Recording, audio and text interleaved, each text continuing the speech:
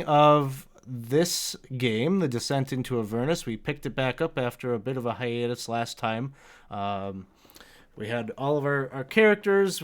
Time had lapsed. They were maybe getting into some of their routines back in Baldur's Gate, ready to move on with their lives after the events of the first piece of the campaign. But wouldn't you know it, fate brought them back together again, as some new evidence had been acquired from the Van Thamper estate, and the Flaming Fist had contracted out to Lorem, and thus the group as a whole to investigate. They are accompanied by a young woman who was from Elturel, one of the Hell Riders, named Rhea. Um, and she has kind of a personal investment in the mission, in that she was looking to um, uh, maybe vindicate herself and her faith a bit after it was discovered that their leader, Thavius Krieg, turns out had some ulterior motives and some dark secrets of his own that were kept up in that puzzle cube. The party brought it to Candlekeep, and it was discovered that inside was a contract that Thavius Krieg had made with the Archdevil Zariel. That the creed resolute that all of the people of Elturel pledging that they will defend the city, pledge their lives to defending the city, is actually an infernal contract that has bound all of the people of Elturel and the city itself to Zariel's service in Avernus. And so Rhea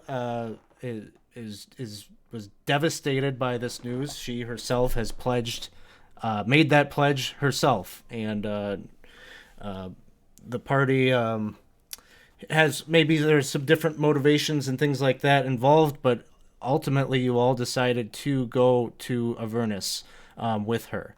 And so you enlisted the aid of a very eccentric wizard who has very poor organizational skills, not very cleanly, but you helped him out, and he was able to bring you to Elturel. But before that, he also introduced you to an interesting character named Lulu, the Hollyphant.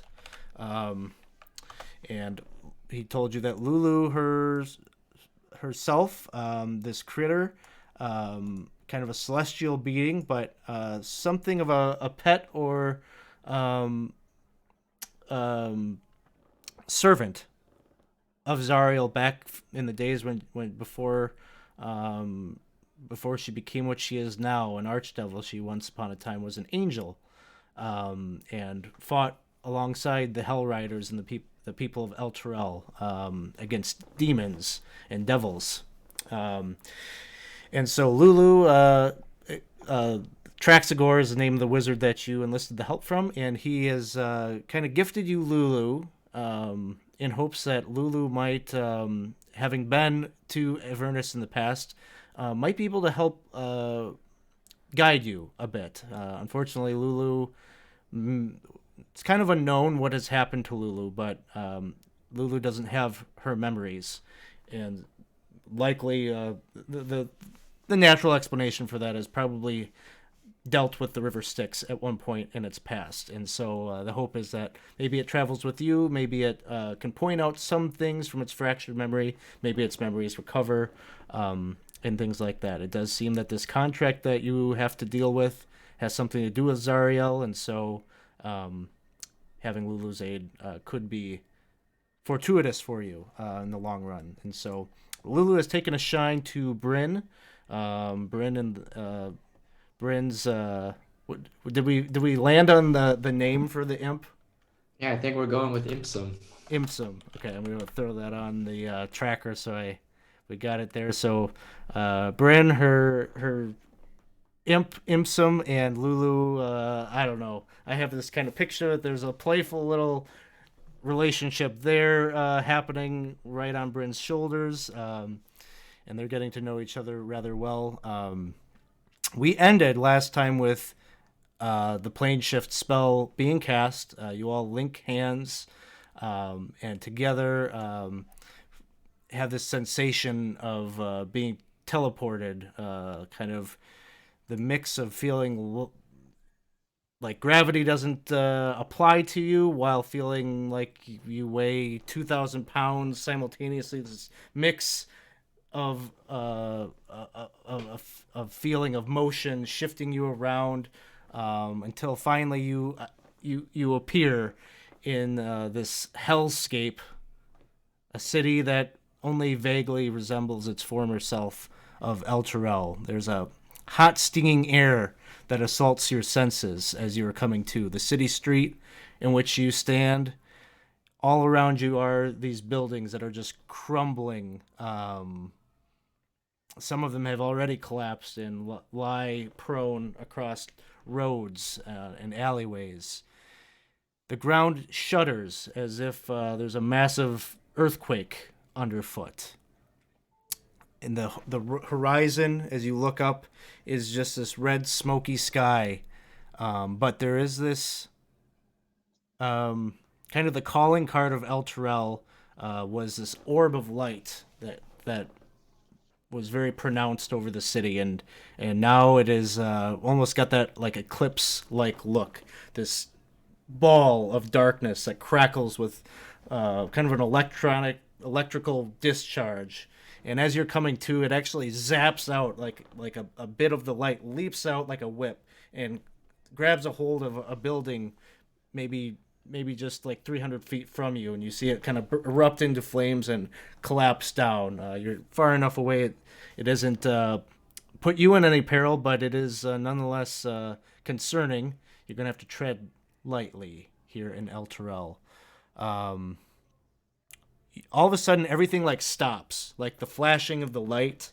The building that was coming tumbling down, having just been hit with that lightning bolt, kind of stops and freezes before it can collapse to the road. And you see Traxigor is the only thing that is moving about this scene, and this little otter in his robes is gazing about, kind of wide-eyed, taking some time to like kind of inspect some things. And you see him like look at the four of you, and he kind of shrugs his shoulders and nopes out and blinks out, disappears. And then motion starts, the chaos continues to erupt. You hear screaming echoing through the streets, and just like the sounds of battle. You don't necessarily see anything happening currently in your vision, but your senses, you're overwhelmed taking in this hellish plane. Rhea is just, you see her like, she looks like she's probably about to go into shock. She's looking at her home in this way. It'll maybe never be quite the same again, unless you all find a way to make it better. But you just see she's gazing about, kind of jaw open. No words are coming out of her mouth. She has none. Just kind of this scratchy, like she's trying to choke out words, but none arrive. Well, we made it. Did we? Are we all safe? Everyone here in one piece? Yep. I'm like patting myself and making sure that everything arrived in one piece. So, all we need to do is that again in reverse with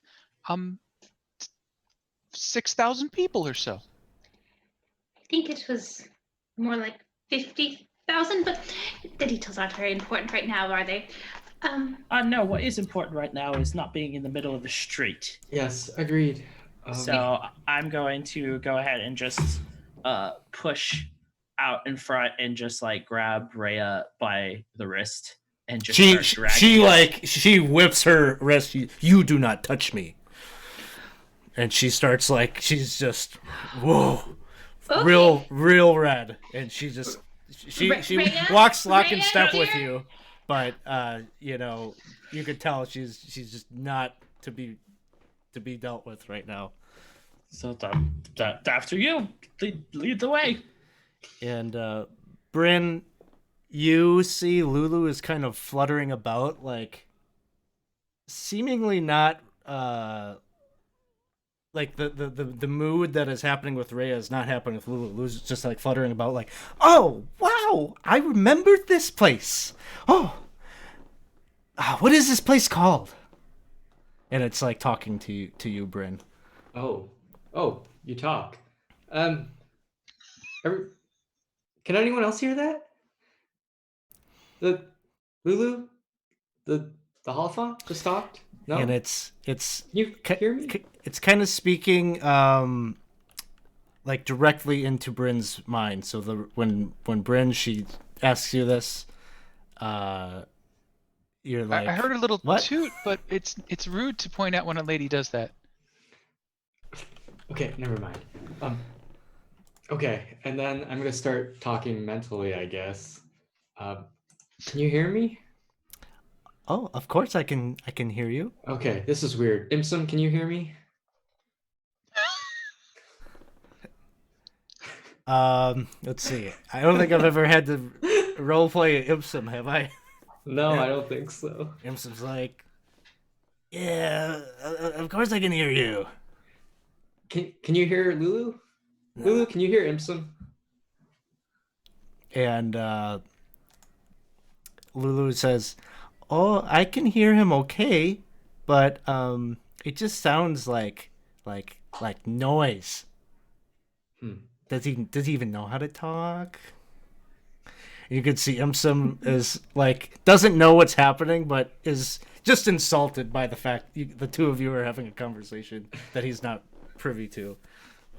Okay, yeah, never mind. Yes, Lulu, this is Elturel. This is why we're here. We are here to get all of this back to where we were. Do you know how we can do that? I'm I don't know, but it looks like very different from when I saw it. I was here with Zariel. Do you know Zariel? Whoa, Oh, I miss her so much. You know Zariel? Yes, we were very good friends. Okay. I think. Okay, everyone. Can you hear? I'm talking to everyone else now. Okay. So apparently Lulu can talk, and I can hear her right now.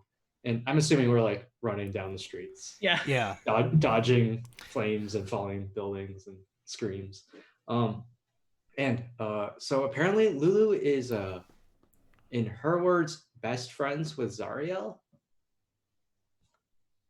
And as Bryn is saying this, you see Lulu like kind of fluttering with kind of these hummingbird-like wings, and she just goes.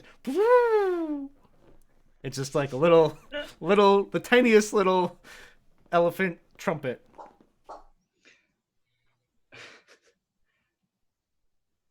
I'm not even paying attention. I'm more It's like a concerned about kazoo. getting inside. Okay. So Miss Rhea, this being your hometown, where should we go? Is there a barracks or place? Rhea says, I think we need to go to the High Hall. If there was one place that people were going to go for refuge and safety, it would be there. Oh, I mean that seems sensible. One should always know their evacuation routes. As you were running, kind of probably at this point you've taken to the main one of these main streets here, and you can hear, I don't know, as you're running past, you do notice at times there are little faces maybe that are poking out out of windows or things like that. People are taking refuge, but as you're running, before you can really like make sense of whether it's worth poking around or saving anyone, down the dark alley, you do hear some shouts, some screams, and you could see that there's a woman who's running and darting down this alleyway. She's got two toddlers, one that she's holding in her arms, and the other she's just kind of dragging. Probably quite similar to what Laurel maybe was about to do with Rhea. Just dragging this dead weight kind of with her. And the kids crying and screaming, and you see that there are three these little devil creatures with snake-like beards. Each of them has kind of a glaive in hand, and they're laughing darkly at the menace that they are bestowing upon this family. And you can see Rhea just immediately like draws her sword and goes charging, and Lulu's attention is drawn towards that too, and she goes flying down right after Rhea. Well, this is my life now. And I just start running after them. Yep, same. And Aplos will lower his lance and just sort of trot along with his lance without a horse. Going that way too. All right, so Aplos, you're up first. You're standing on this kind of wide street, looking down at this kind of tight alleyway. It's not a proper street that they're running through. And the woman and the two children are coming in your direction. They're running towards the street. These three devils tight on their tails. So Aplos is like just dropping gear at this point, like he's just shrugging off like all the stuff that he brought along, like the whole camping set is landing on the ground, and he puts the thing down and he grabs his shield and his sword, and he starts marching. He's like, no, just go that way. Now you all stop, and he will cast a channel divinity, turn the faithless, and force them to make a wisdom saving throw. If you've are got fiends, yes, they are. They are fiends. If you've got the combat tracker up, let's see. Now you should be able to see them. You should be able to just like target their entries in the combat tracker like you would a token. I don't have a skill for that. Okay. Sorry. No, sorry. I was just trying to read what that's. That is a Wisdom saving throw. On a failed save, creature's turn for 1 minute unless it takes damage. One of them got a 19. That will definitely make it. The other two fail. And he will just sort of try and get the women and children behind and post up in front. You should think about what you're doing. No, you just little bugger. That's a bit. Laurel, it is your turn. I'm going to go ahead and there's 3 of them, yeah? Yep. One of them looks like it's still in hot pursuit. The other two like have kind of like pumped the brakes and are looking at Aplos like. Okay, let me read this here real quick. Okay, I'm going to go ahead and point at the one that's still running and start whispering. And I'm going to cast Dissonant Whispers at it. Get him. Which one do I drag it on? Does it matter? You could drag it on to number 2. The one in the middle? Yeah. All right. Success. Okay. It succeeds. All right, so it'll take half damage then. Let me confirm that. So it takes half as much damage. Okay, it doesn't have to move. Okay. All right, so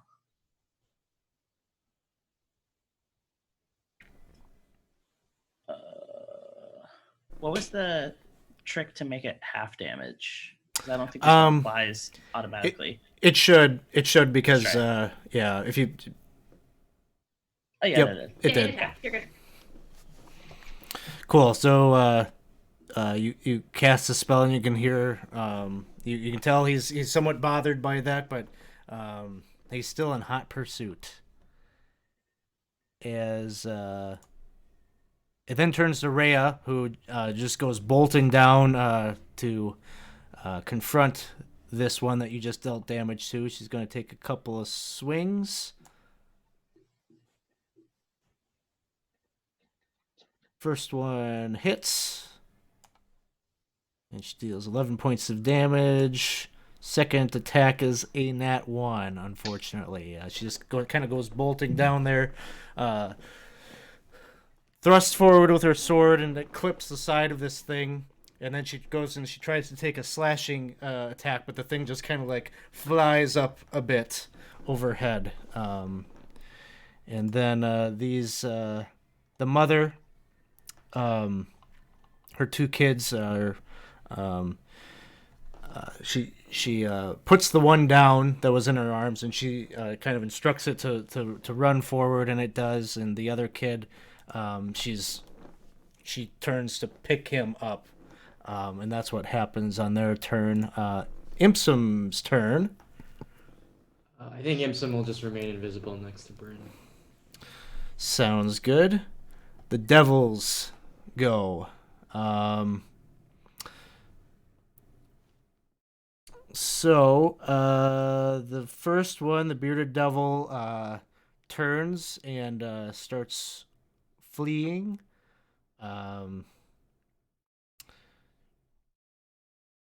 And basically the two that are turned do that, and they kind of navigate and dart around the back corner until they're out of sight.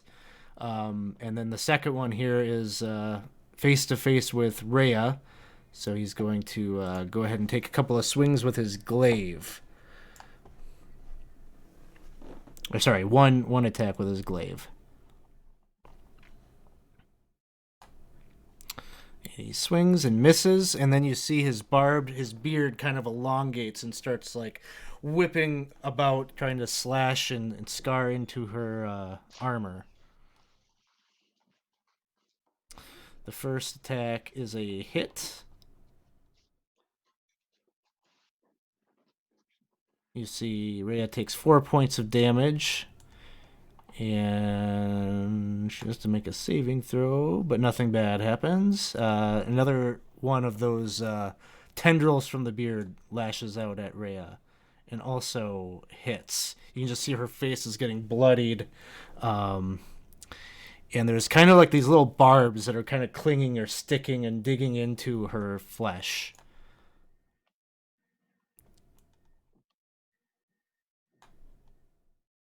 And you see her kind of like one of them like very clearly like digs itself underneath her skin, and you just see her like writhing in pain as she like kind of buckles down on one knee.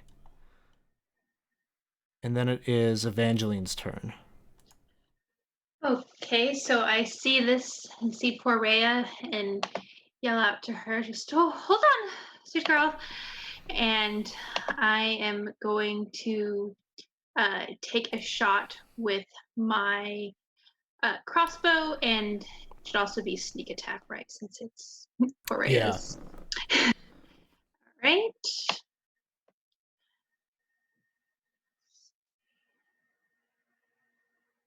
So to put that on, do I just drag it onto the combat tracker onto me? Will that work for sneak attack?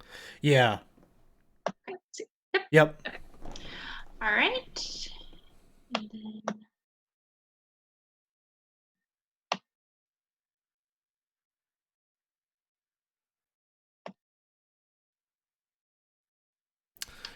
that one will miss. Okay. And I get a second attack? I'm sorry, I'm so used to You don't get a second attack, but you do have bonus action things, and there's right. Easily would be able to find a spot to hide, duck around the corner, pop out, that kind of thing. Yeah, okay. Yeah. I just couldn't remember. I've been playing in a Eberron too long. I'm like, wait, So- Evangeline even too.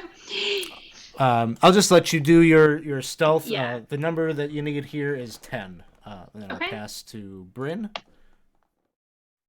All right. So Bryn's gonna cast her Eldritch Blasts at the one that's still running at us. So let's see. That's a hit.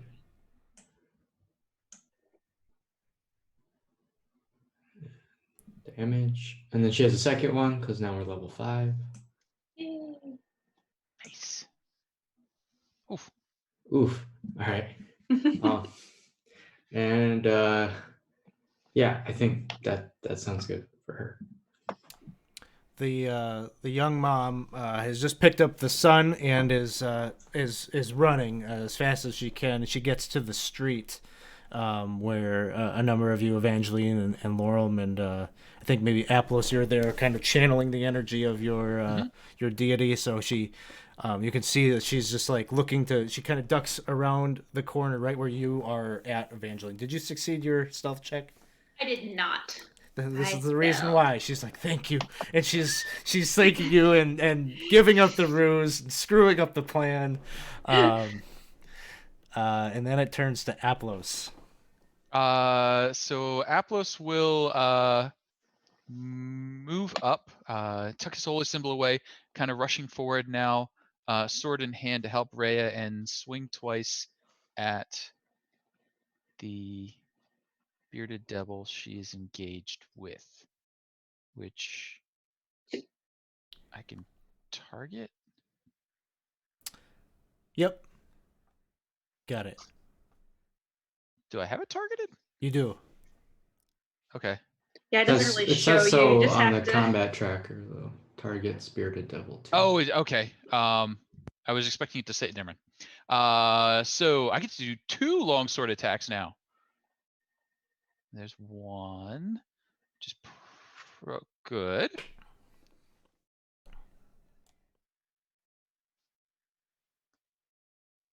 Don't you resist? 2. Stop resisting my sword. And he's just like womp womp.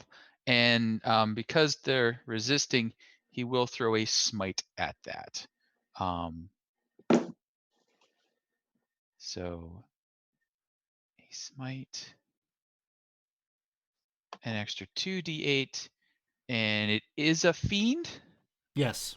So 3d8s. Take that. 16 Eh. points. 16 points, and that is radiant damage, which you don't resist. He was looking like, and he's laughing and grinning, and then you bring that in and go, whoa, God. Told you should have left her alone. Be polite. Laurel.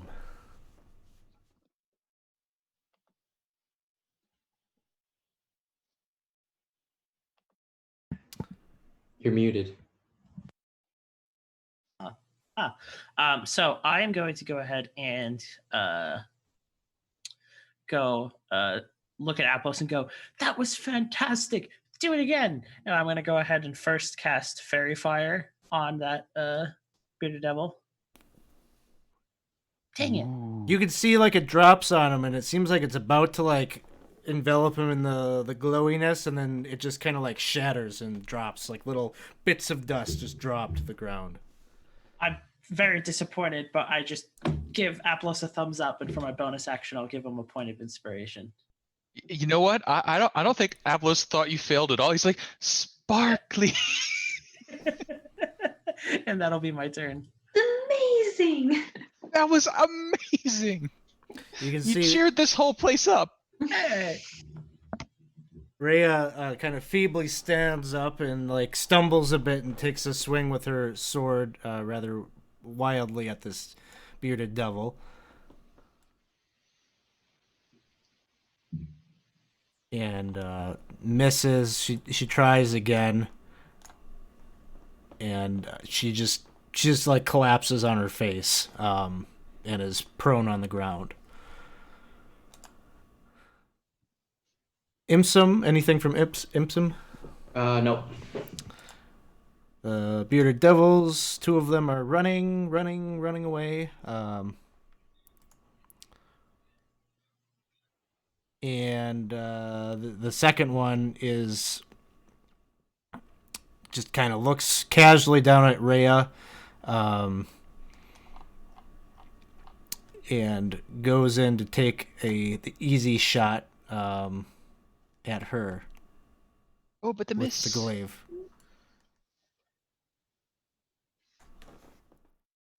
Hits her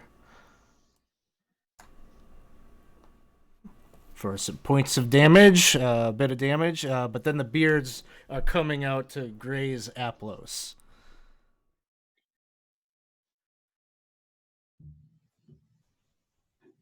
17 misses. Misses. And the second one is also a miss. Woo! Diverting its attention too many places. Evangeline, it is your turn. All right. I'm going to try to attack it again. Hopefully with more success this time. You might have... Did I do it twice now? Yeah, I can remove one. Okay, sorry about that. I thought it automatically went away if you failed your attack, but I guess. That'll hit. Yay!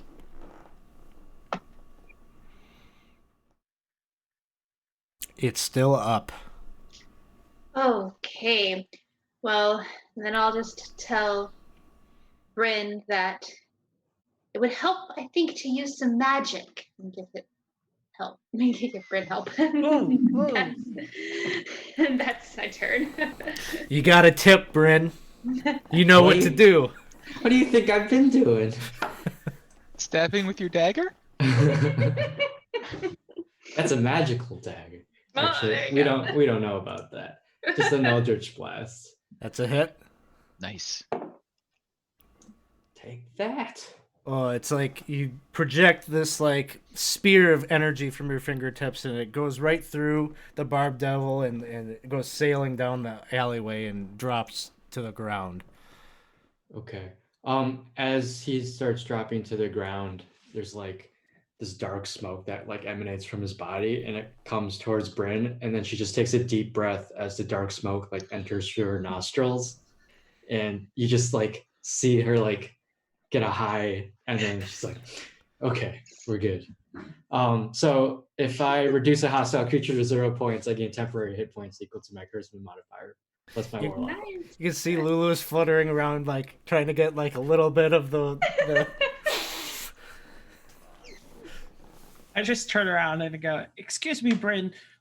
Gold Shoulder Consulting and Concern has a very strict no drug policy. I'm going to have to write you up for this. It's a natural high. Mm-hmm. Whatever. Rhea, is she okay? She's kind of in and out. You see her eyes are kind of fluttering a little bit. So as soon as Aplos will get a chance, he'll. Are we in initiative still? No. Okay. You think? So as soon as he gets a chance, he'll do. You've got like enough time to do. You know that they're going to be running for some time. You've bought yourself, probably a few minutes here. Mm-hmm. So he'll do a 5-point lay on hands, to counteract whatever things are going on.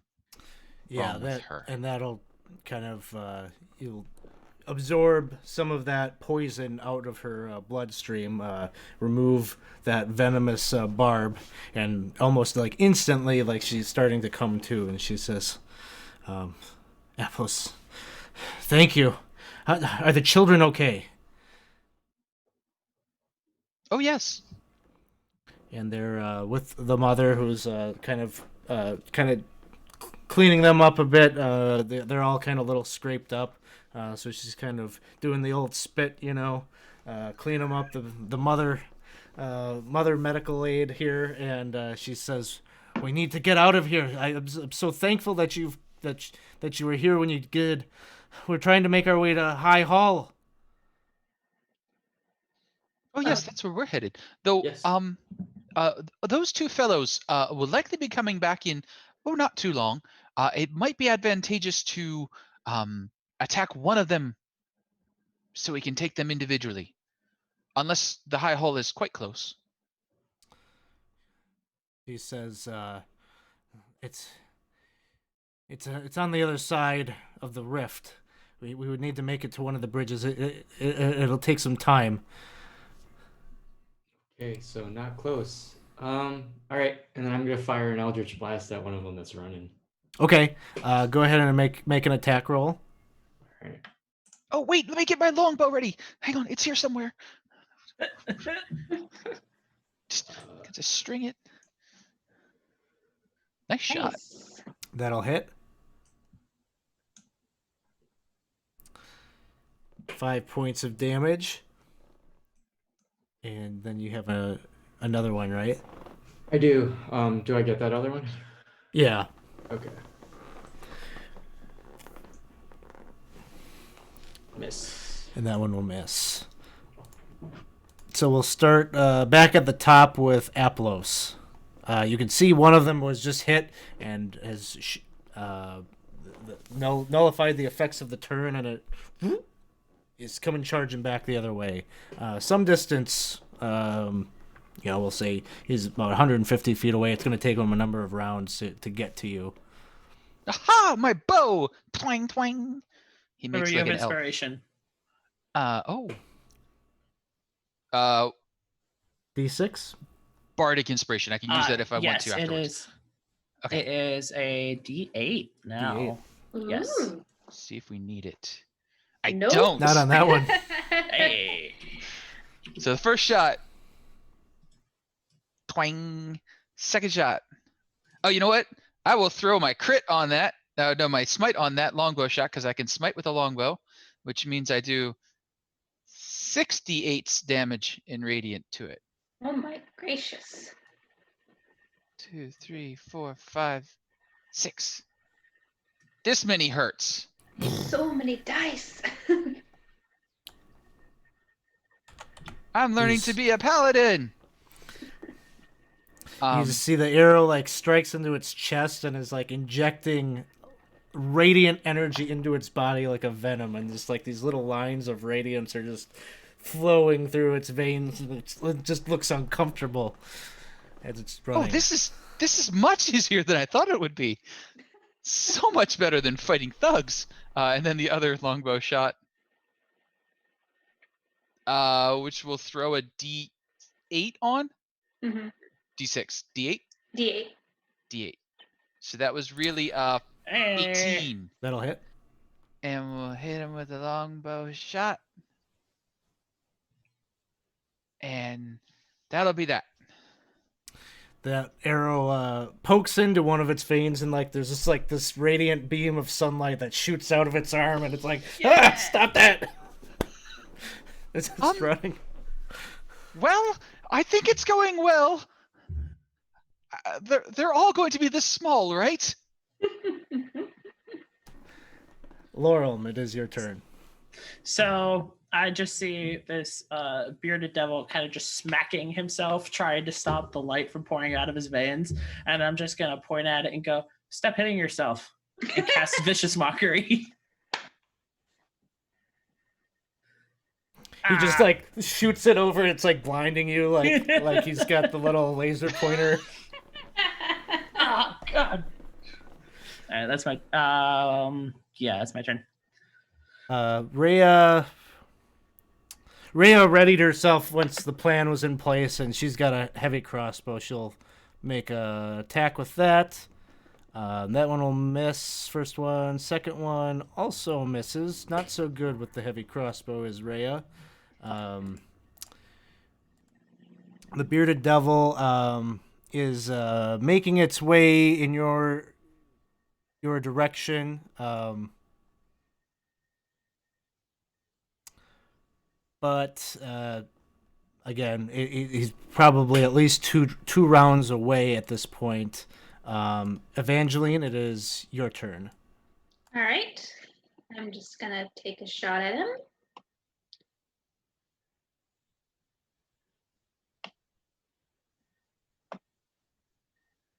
Nope.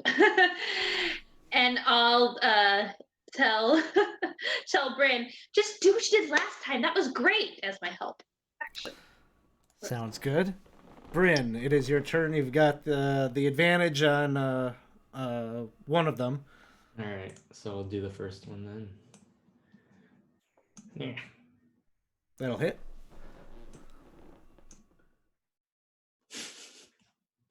Still Not a lot of damage? damage. Yeah, Still hey. damage. All right, second one. Not great. Not great. That one misses. And Aplos, it is your turn. Oh, you know what this reminds me of? That time when we were running up at that cleric and they were just murdering the heck out of us. Except this time we're doing it to them. Well, maybe not so much. Oh, the second one worked. Boink. Still alive. As he's leaking more radiant energy from another pincushion into his body.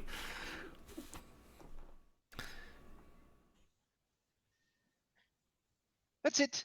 Oh, And then it is Lorelm's turn. I am going to go ahead and take another crack at this.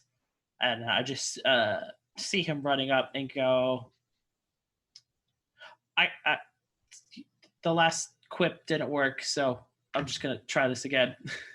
And cast Vicious Mockery again, but he doesn't have any more insults. Yeah, it didn't work. I don't think this has ever worked. I don't think his Vicious Mockeries have ever worked. That's my turn.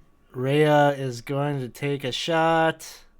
That time she hits. nice.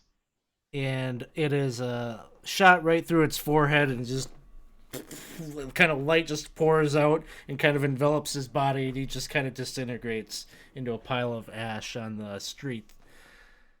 And basically at this point the other devil is out of sight and knows better than to. He's not going to come running back in your direction, at least not without backup. So he's kind of a non-factor at this point. Oh, I don't like that second part that the narrator said.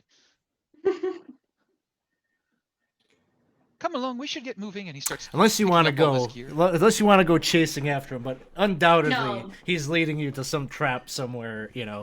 If you were to do that. No, we're so. good. Let's get the yeah. other way. Yeah, we need to go Yeah. that way. So let's go somewhere relatively safe. Yep. Wise words.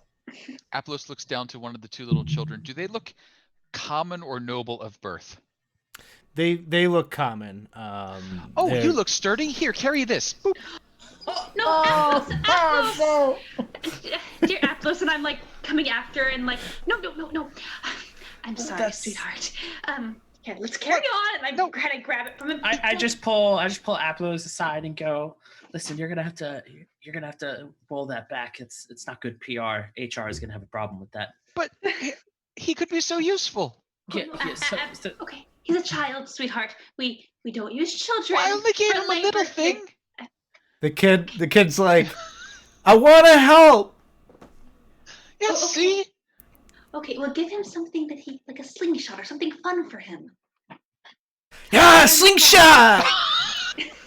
Aplos is like, oh. The mother is like sword. just shooting daggers at all of you.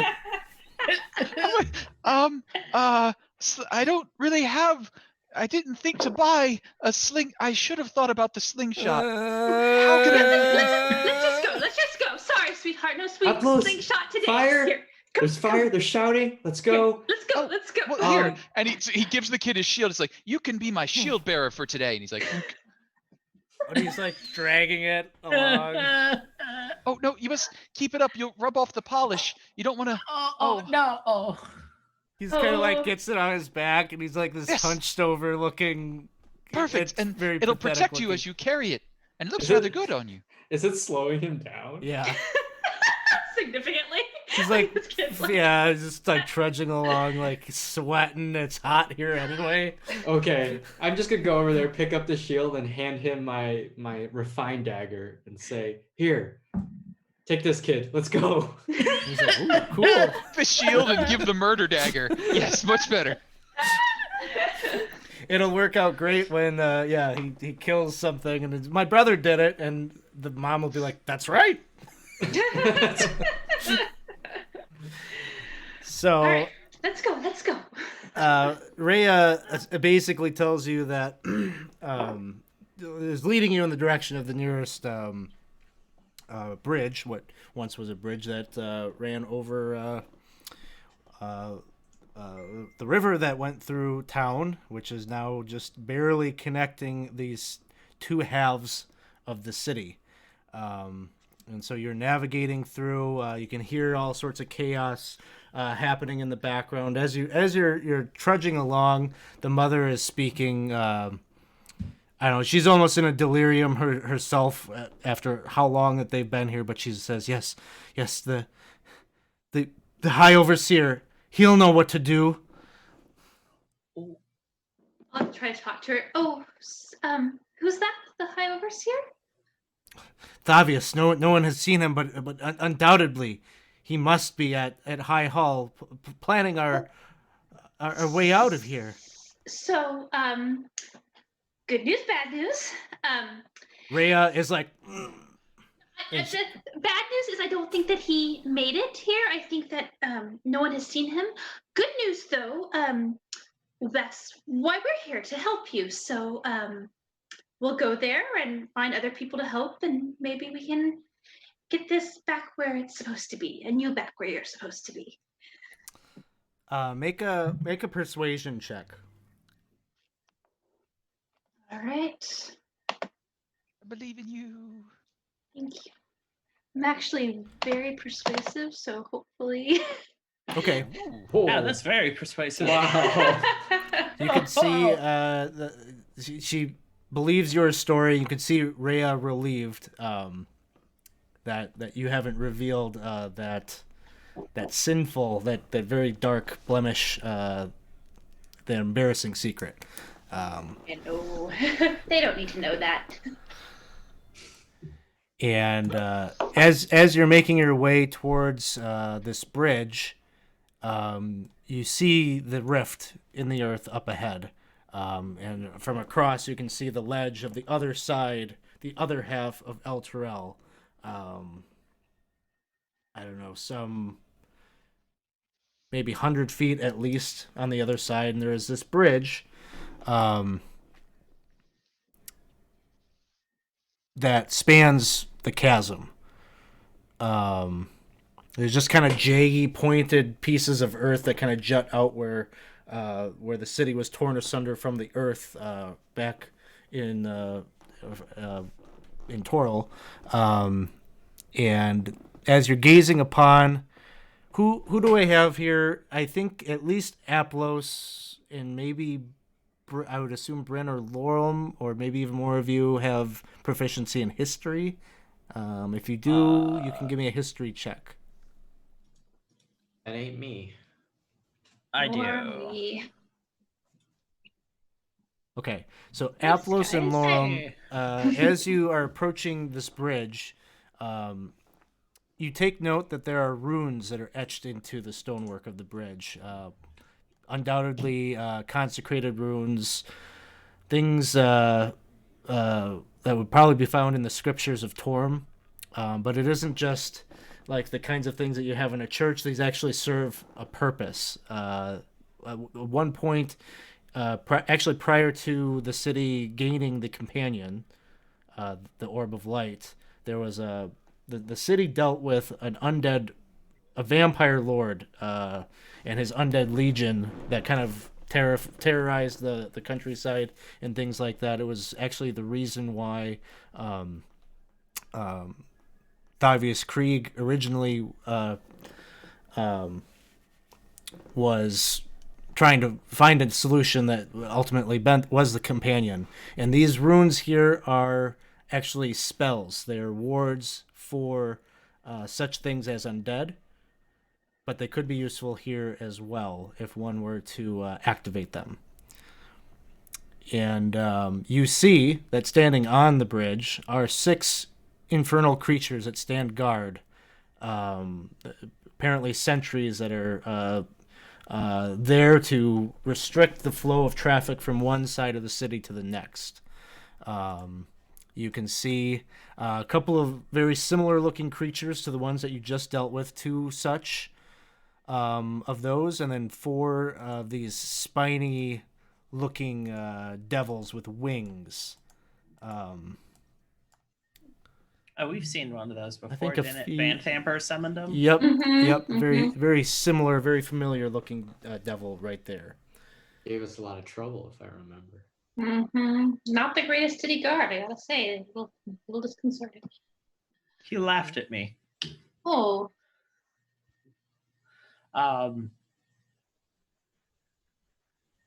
About how far away are we from this scene on the bridge? They're probably like 200 feet away. Is it clear that they see us? It is not clear if they do or not. They're certainly not making any movement or action towards you. They're standing guard. I'm going to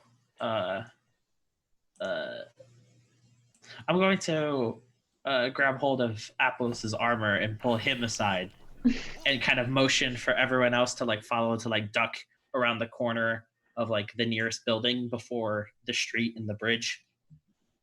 And then, this is a problem that we have to deal with. How do we propose to do this? Oh, well, I was just noticing on the bridge. I don't recall if you ever heard the story of Mr. Crane, or if you're familiar with that legend about vampires and crossing bridges or crossing rivers. But I think those runes could be activated and would help to clear the bridges of demons, or at least possibly turn them in a manner similar to those fellows back there. He guesses. I saw those runes too, but how do we activate them when they're all on the bridge? Carefully. Is any of you proficient in religion? nope. The paladin isn't proficient in I only religion. had so many stars. I'll accept Not Arcana my also. thing. Also a nope for me. Nope. No religion and no Arcana. Oh no. Oh no, what were we thinking, y'all? Rhea, you seemed very faithful. We came from Baldur's Gate, which is not known for their shining education system. Mm-mm. Does I mean- Lulu know?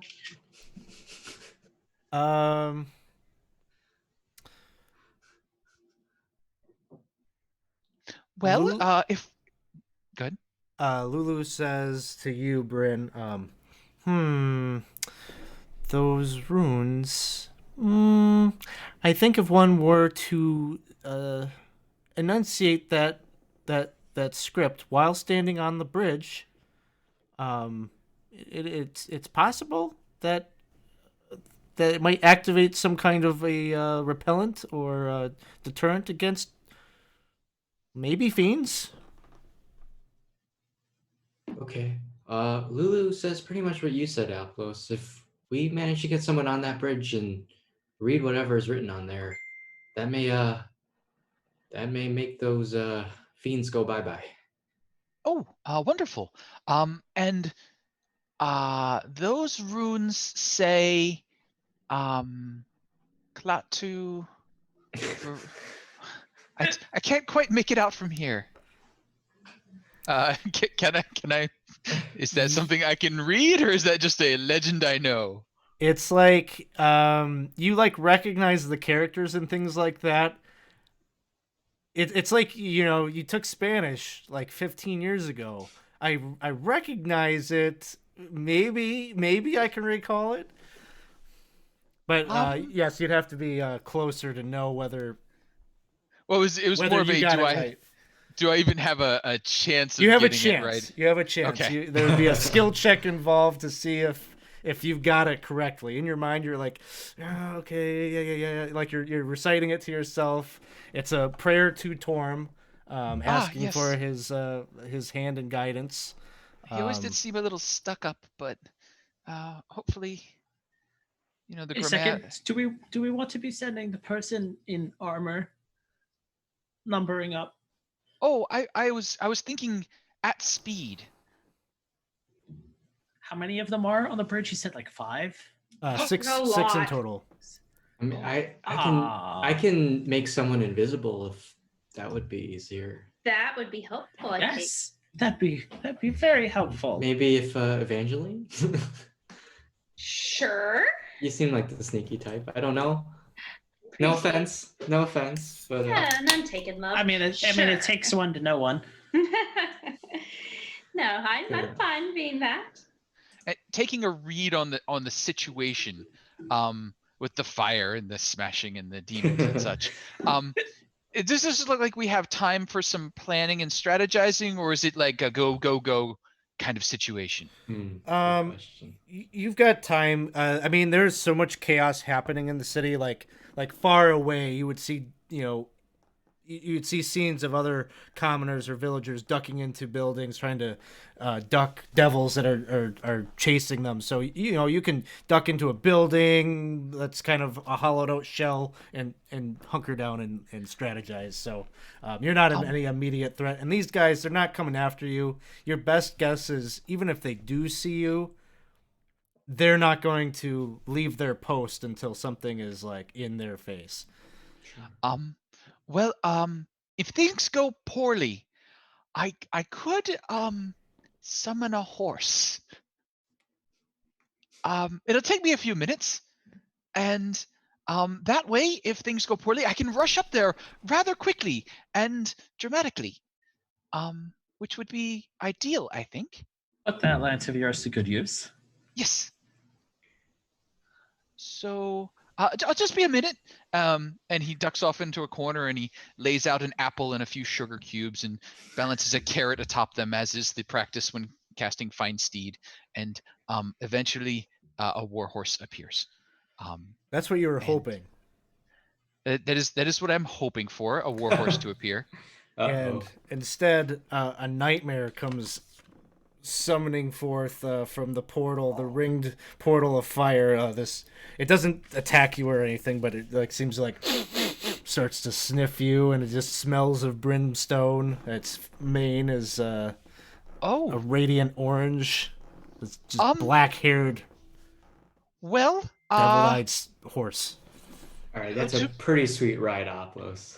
To be honest, I was expecting Seahorse Recruit Longshanks Eustace Longface the Fourth as the third we left behind just a little bit ago, but this appears to be perhaps the second, his long dead grandfather. And he'll use his talk to animals trick and his telepathy, be like, hello? Are you amiable and here to help? Is it able to speak back to you? Is that a part of the spell? It gets an intelligence of 5 and telepathy. Okay. Well, that's smart. It responds back, you summoned me. I am yours. Let's ride. Yeah. Like, where are the guitar sound effects? You know, do it. I feel like my aesthetic choice in armor, I should have just kept the original set. Decisions were made. Decisions were made. I did bring apples. Do you like apples? He's like, I'm more of a burn it for you.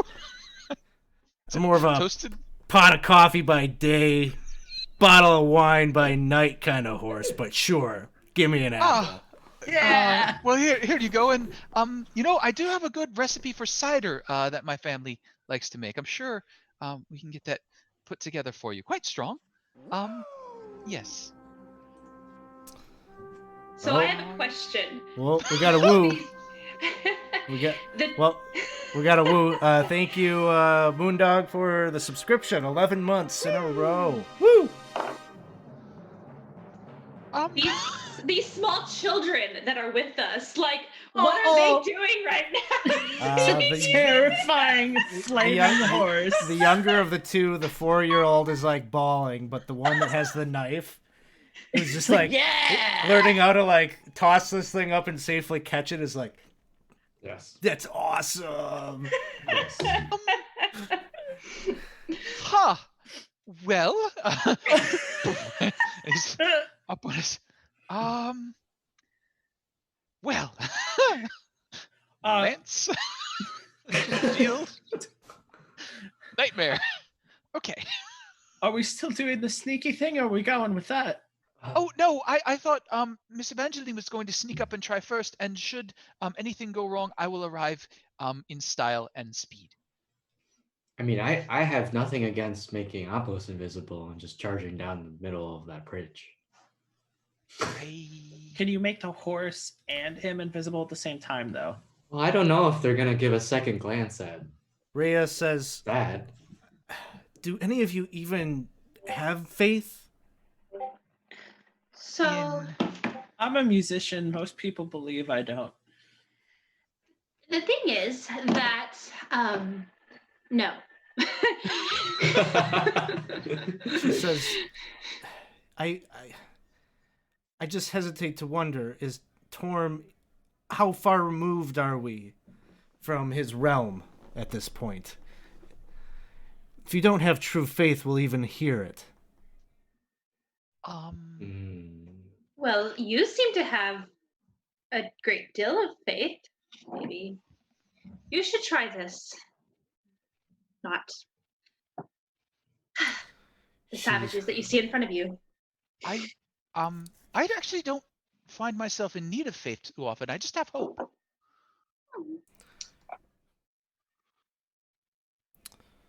No. Well,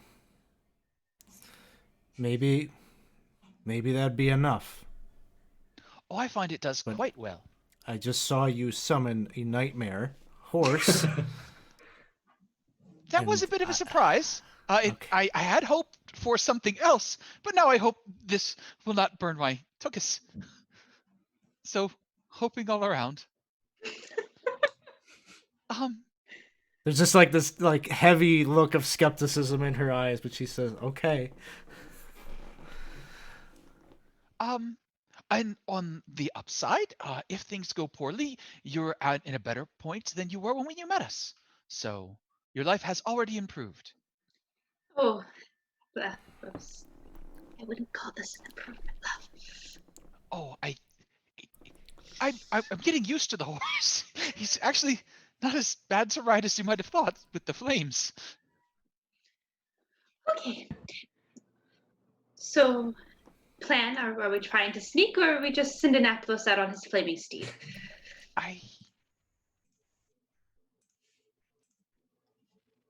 I'm okay with whatever.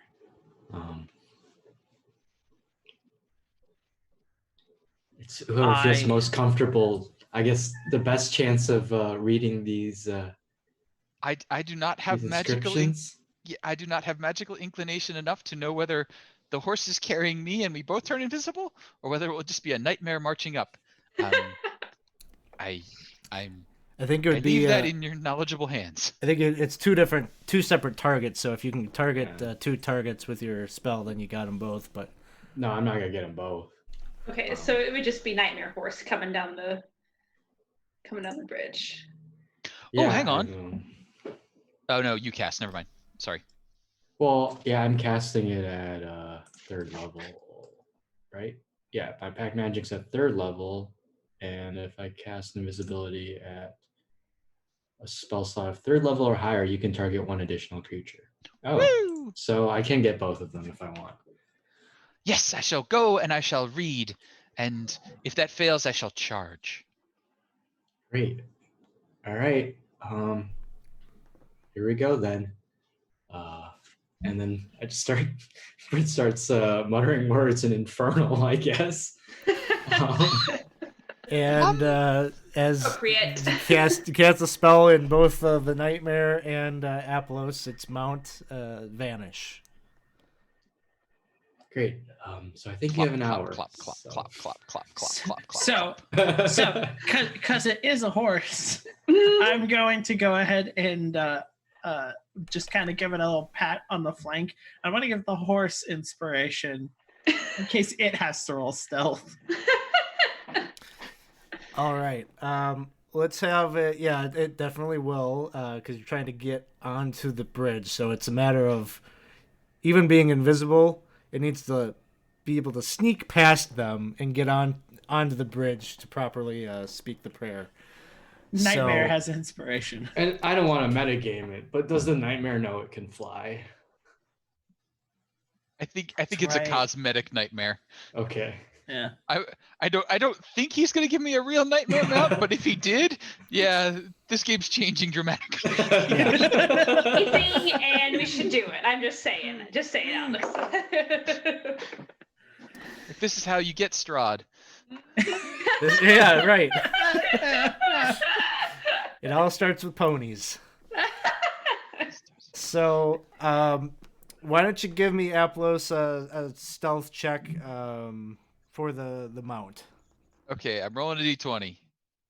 It's a 5. That's not amazing. You have inspiration, though. You have inspiration.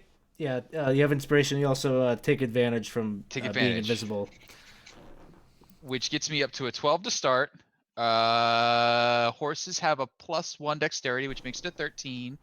And I have a D8 from my inspiration, which makes it a 17. Yeah. That's pretty good for a horse. I'd say that's respectable. Damn sneaky horse. The horse, you manage to navigate it like kind of right between the bearded devils. There's enough space there, and it's like perfect. You manage to get right past. Neither of them, both. I don't know. One of them kind of maybe smells that brimstone, but that's a normal smell here. It's just a little powerful as it walks by, and you get onto the bridge. And you spent some time now reciting the words of that prayer. Maybe. Give me an intelligence check. Oh, yes. The untrained check. Straight up intelligence. A 17? Wow. It seems you were paying attention that day in class, because you start to see the rest of you off of the bridge see the lettering, the runes, kind of light up, kind of this blue, hot blue, white light that's shooting out, and the entire bridge kind of illuminates, and those demons or those devils quickly notice what is happening, and they start to try to like flee away from the bridge as they are just like enveloped as in the light kind of washes over them, and they just kind of break apart as particles of matter, and you're just all blinded by that, and it takes a little bit for your eyes to readjust to normal light once it has subsided, but then you're back in the dark, grim, that reddish light from the horizon, and the kind of almost black light kind of feel coming from the orb that is crackling in the sky. Nice. Aplos is like gesturing them over, and then he's like, "Oh wait, I'm invisible. Run!"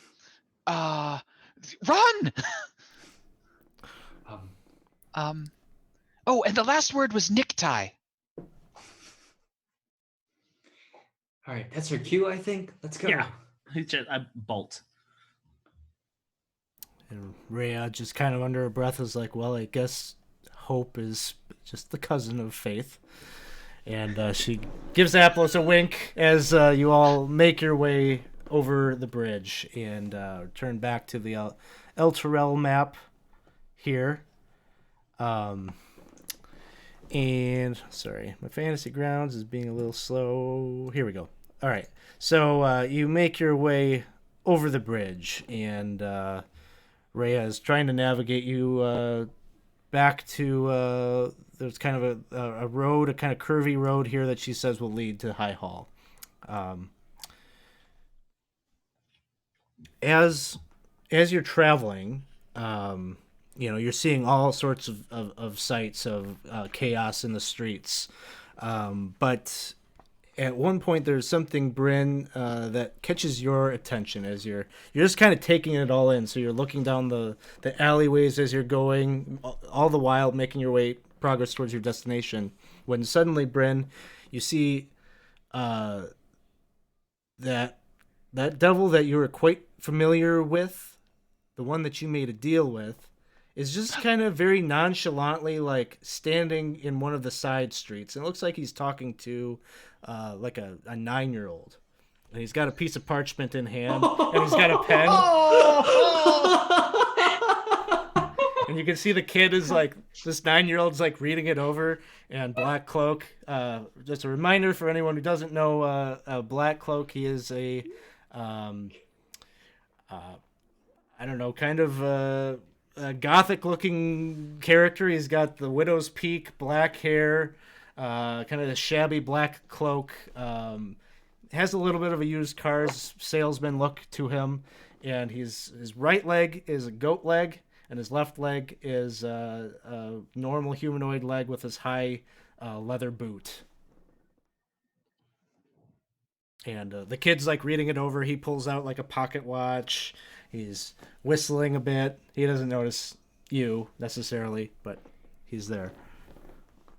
Oh, okay. Hold on, folks, and we're gonna have to make a detour. And I just immediately turn over and just start running over there. And So, Black Cloak. You're like running over there, and you just hear him saying to the kid, he's like, "What more do you need to know? It's a lifetime supply of cookies." I thought it was going to be toilet paper.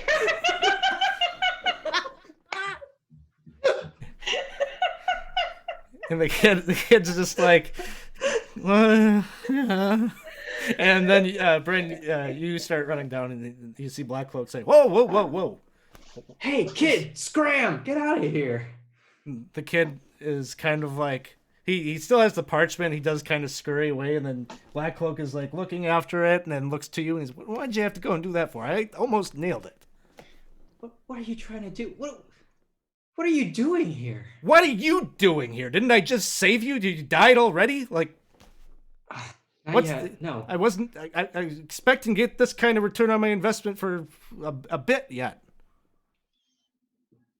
Well, that's encouraging. And I just look back to see where everyone else is right now. Oh, did they all die too? Wow. No. Who, we're here to. who owns them? No one. They own themselves. We're here for all this. We're here to bring Elturel back. Yes. I was gonna say you kind of look like yourself yet, so it wasn't death that brought you here. No. Huh. So, yeah. So about that contract I signed, any chance I could read that again? I have a good friend. That one over there. He specializes in understanding contract terms. I know. I understand. I already signed it. I just want to know what I signed up for. You could have used him prior to signing it, huh? Yeah. Well. Coulda, shoulda, woulda, right? And you see Black Cloak is like looking, and he's like waving, "Hello there, come on over."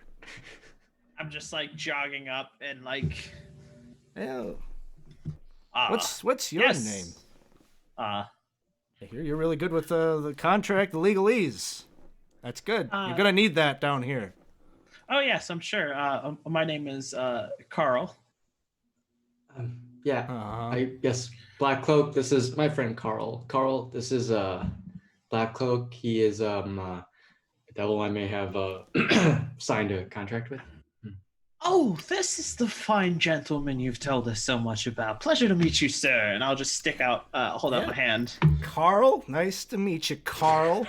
Yes. Don't wear the name out. Well, I hope you don't. You know that those types of tricks, that ain't gonna work down here, my friend. Yeah, it's obvious it's fake, but the point is that you don't have my real one. Well, okay. I kind of feel bad for you because you just arrived down here. Let me tell you something. All of your thoughts, any magics you're using to communicate, any telepathy, forget it. They're all tapped. They're reading your thoughts. Cool, but are you? Not currently, but maybe one day I'm working up to that. Yeah, see how that ploy still works in this specific situation. But I tell you my name. I'm Black Cloak. We'll just be Yeah, upfront with each other here. Yeah. Okay. Now, Bryn, you got some friends here. Ma'am, Miss. He's like pointing at you, Evangeline. Hey, we want to come join. Come join. Let's chat. Let's chit chat. Bryn, y'all know about Bryn. Bryn made a deal with me. Did he now? Did she now? She did, and I'm very transparent. Let's step into it's not really my office. He just kind of like steps into this like hollowed out shell. The roof has been ripped off this building, and he's like, come on in. Delightful. And he waves his hands on the wall, and kind of just like when you signed the contract, it had appeared on a wall. And so he kind of waves his hands about, and like the wallpaper is just kind of flaking off in flames into the lettering of this contract, and it's all like teeny tiny like legalese. Just keeps just all encapsulates the entire wall, and all four walls are just covered in footage.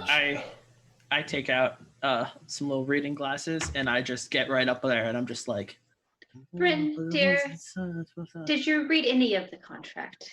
Okay, look, this was back under the bathhouse, and when we were dealing with that cultist lady, and the three of you were unconscious. So I understand you don't remember, but we were.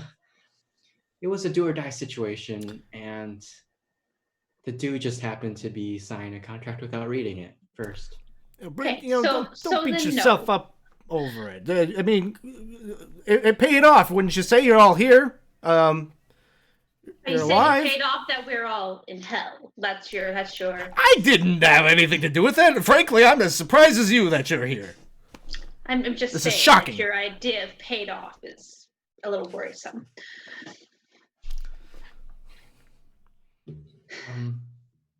Yes. Aplos is playing with the kids. I'm just reading. So- Go ahead. No. I don't know if you maybe can help us out here. Well, I might be able to do something. What do y'all need? Well, so the guy who runs this whole city, Davius Creek, he made a deal with Zariel. Kinda, Whoa! Yeah, you same think deal with situation. me is bad? Oh, it's worse. Oh, very Okay. much worse. Well, for some reason, part of that deal was Zariel gets to take Elturel and all its citizens down here in hell. No, Is there that's any- right. Any chance we can reverse that? Man, you're going to need a lot better lawyer than any of us here combined. I'm not sure how you get out of that one. Sorry, I wouldn't Well- dream of going up against Zariel. Here's the thing, Black Cloak. The thing that's binding all of these citizens to this place is a spoken creed that they were told meant something completely different, right? And so they sold their souls away under false pretenses. Is there any, wiggle room there? You think you're saying praise the holy light, and really you're saying send me to Avernus? Well, I think that Zariel is a clever enough devil that she's thought through all the loopholes on that. I don't think you're just going to be able to find something in that book, whatever it is that is this word that you say that they've pledged. I'm sure that it's actually all in there in one way or another, whether she reversed the script and it says something or invisible somehow or another. She's got them on the docket. Otherwise, this wouldn't be happening. Wait, so you're telling me I signed my soul over to a useless devil with no powers who can't stand up against Zariel? I thought you were supposed to be like some level 3 fiend or something. But that sounded like a big number to you. I don't know. How many numbers does it go? What level is Ariel? Oh, she's got to be at least a category. I don't even know. Hundreds. Oh, this is ridiculous. And here I thought you were some sort of big shot. Oh, Look, it kid, is rather disappointing. wouldn't you rather know the devil before he got powerful? Think of it. You could later on. You could be like, I sold my soul to him before he was big. I stop reading. I like hold my finger up to the flaming wallpaper and realize that, ouch. And so I just kind of hold my place for where I'm reading and turn around and go, might I remind you, Black Cloak, that all of these souls have already been claimed by Zariel, so every single contract that you're forging in the city is null and void. Oh, not these kids though. They haven't made they didn't make the deal yet. They didn't. And then Rhea's like, not until they were 12. Oh, Sorry. So your plan here is to steal the soul of children. That's right. That's what you're going I'm for. here for the scraps. And that's working out for you because you're offering them cookies. It works. It works every time. I'm sure it does. All right. Well, here's the Cookies are thing. good. It's a long-term investment. You know, they're young. I have to wait a little bit longer before they die. Yeah. It's fine. Just I'm willing. This is going to pay off big dividends here. bring But what whispers to happens? Evangeline, like, yeah, don't put him near Aplos. Oh, no. No, Aplos, you a cookie fan? No. no. If No, we, he hates them, actually. after the bathhouse and the whole the store smells like baked goods and cookies, I'm pretty sure Aplos does not like baked goods anymore. It's questionable. Oh, I can find other culinary delights. Whatever you want. Maybe you're thirsty. Oh, no, I'm good. Do you want anything? He asked like the child next Okay, door. no. No, No one is getting cookies. No one is getting no. cookies. Listen to me, you little cloak monster. You said, oh, you want us to know you before you're big. Well, my dear, you have to actually do something to create power. And right now you're just telling me that all you want to do is like steal the souls of children for cookies. That's What? not very inspiring. I fulfilled my contract. I made sure I saved you. I helped when Bryn needed me. And that's wonderful. And then all you're gonna be is the cookie guy, though. Now, you know, like I know, it's but in kinda about sad. 100 years or so, I'll have all sorts of, hopefully, very mature, adult-sized warriors to go into battle with me. Did they We're even going to age have- here? Like, what's the system? You know, You're gonna have a bunch of psychologically broken, traumatized adults. Perfect. They're good fighters that way. they're already here. So I mean, what are you even accomplishing here? Because I can't do anything without their souls are the currency down here, don't you understand? So their souls are intact at this point. That's right. And okay. Perfectly good souls on all of them, I could tell. And when they die, if they die here, then what happens to their souls? Well, that sort of depends. Does somebody own their soul? If not, these young ones, they're not owned by anyone. Maybe their soul manages to find its way out to the outer planes. Yeah, it's a long journey. Sure, they'll be fine. But As for your friends in Elturel here, you say they're all pledged to Zariel. They will stay put.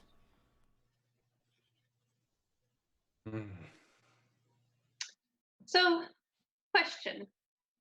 You traverse up frequently into the world of the living. Obviously, you found Bren there. Well, I've got special privileges.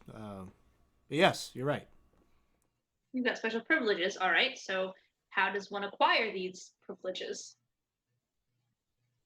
Well, you got to do some wheeling and dealing. You get to know other devils that can grant such privileges. All right. Would you be willing to introduce us to some such devils? Well, maybe there's a lot of back talk, a lot of insulting me, being level 3, you know.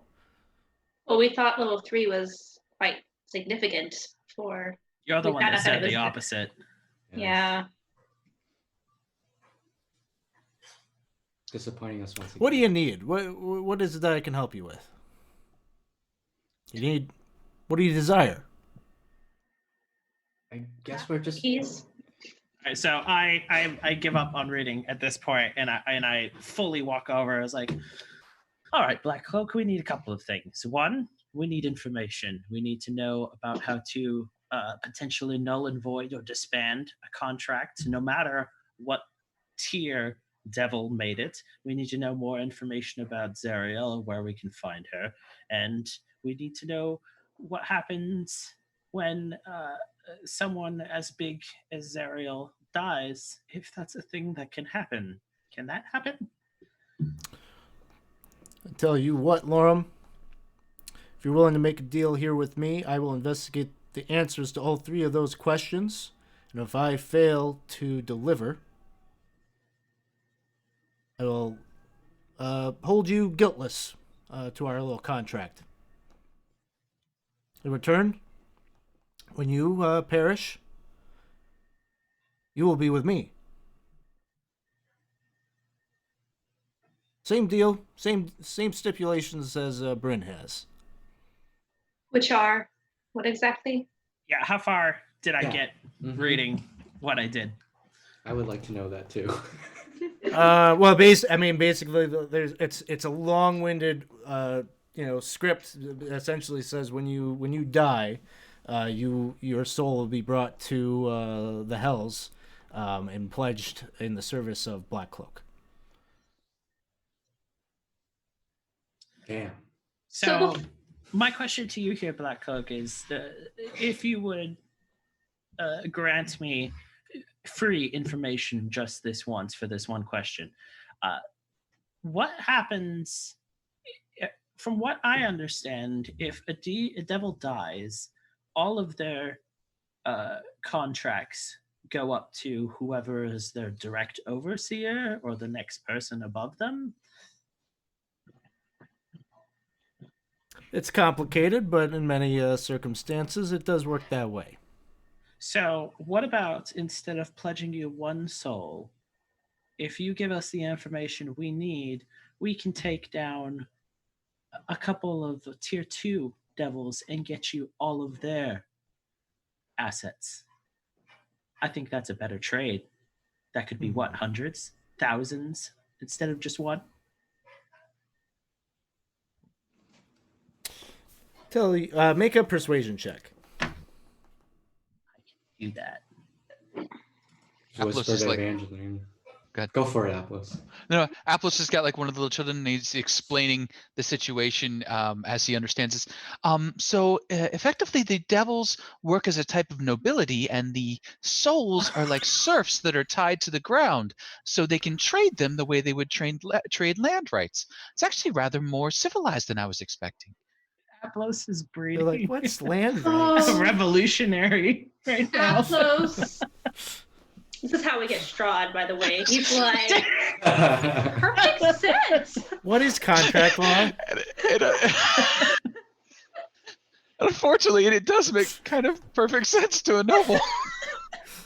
I was like, this is just serfdom with souls. What are statute Cool. of limitations? Soul serfdom. Yeah. So, Loram, you see like a kind of twinkle in Black Cloak's eye, and he says, I like you. You know how to pull on my heartstrings. I'll tell you what. I'll look into the answers to your questions. And it seems like you got a whole thing here with saving Elturel. I imagine that'll take you some time. That gives me some time to do a little research. Tell you what, if I can figure out the answers to your questions, I'll come seeking you out and we can talk more about what you might be able to do for me in exchange. I laid out my terms quite clearly. We will take out 1 to 2 devils directly below you No, in a manner that would allow their contracts to change hands to you. If I get your information, I'll name the target. With the stipulation that it is level 3 or under. Look, kid. You want to make a deal or not? I am making a deal. If you won't agree to our terms, then we won't agree to yours. He says, I'll find you. I'll find you when I got information. All right, well, there will be no signature had until then. There. All right, we'll talk later then. Great. We should probably join up with Aplos. And you, and I point to Black Cloak, don't go enticing any children with cookies. I can't Please. make any promises. Black Cloak, look. I'm probably going to do it. Listen to me. The cookie gambit, you're thinking small. Oh, Man. hold on. All right, you want we can make a deal. I won't make any promises to the children about cookies in exchange for one of your souls. I'm not gonna give you our soul. Okay, Black Cloak, look. I You don't see what need our incentive soul. do I have. Okay, your incentive is you're gonna be the cookie guy, okay? Like, this is sad. You don't want to be sad, do you? I don't care about mortals' perception of my pathetic. No. Aren't you trying Gambit? to impress the people above you? Not mortals, the other demons. They're gonna be like devils. Oh, devils. I'll have you know, a lot of devils have used this cookie thing, and they're in pretty high places. Where do you think I learned the cookie thing? Yeah, I didn't. I invent am that. on That's camera. not mine. Do you not? Do you think that like the highest level devils are enticing children with cookies? Not anymore. But how do you think that they got there? It all It's starts with just- the cookie thing. Does it though? I don't. I feel like you could trying. do something better with your time, productive, without involving children. Miss Evangeline, I mean, even among elven culture, we know of the devil family Keebler, which enticed many. Oh, you know of them too. I'm a big fan of the Fae. Yes, they did manage quite a bit with their cookies and other assorted goods. That's great and useful information, Aplos. I'm just saying, if you want to be helpful and want to rise to higher levels, maybe focus on our mission and less on the cookies. Man, You know what I'm saying? you really don't understand devils. I understand power, and cookies are not going to get you power. I got two options here. It's either anyone age 11 or under. Cookies really plays to that demographic, or I've got three of you to work with. So yeah, my choices sweetheart. are pretty slim here. But you need to understand, the people who we are working to overthrow are much bigger players than the small children who want cookies. Think of the big picture and who will Evangeline, have what to do fall. you want? I've heard what the other people want. What do you want?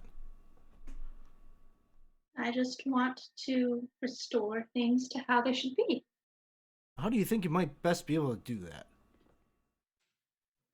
Well, by getting the people who do not belong in Avernus out of Avernus. The rest can be just, like I said, balanced. This is not balanced. Well, I'll let you think about it. If you happen to need something, you can name it. You can taste it. I can help you out. You want to help out these kids? I can do that for you.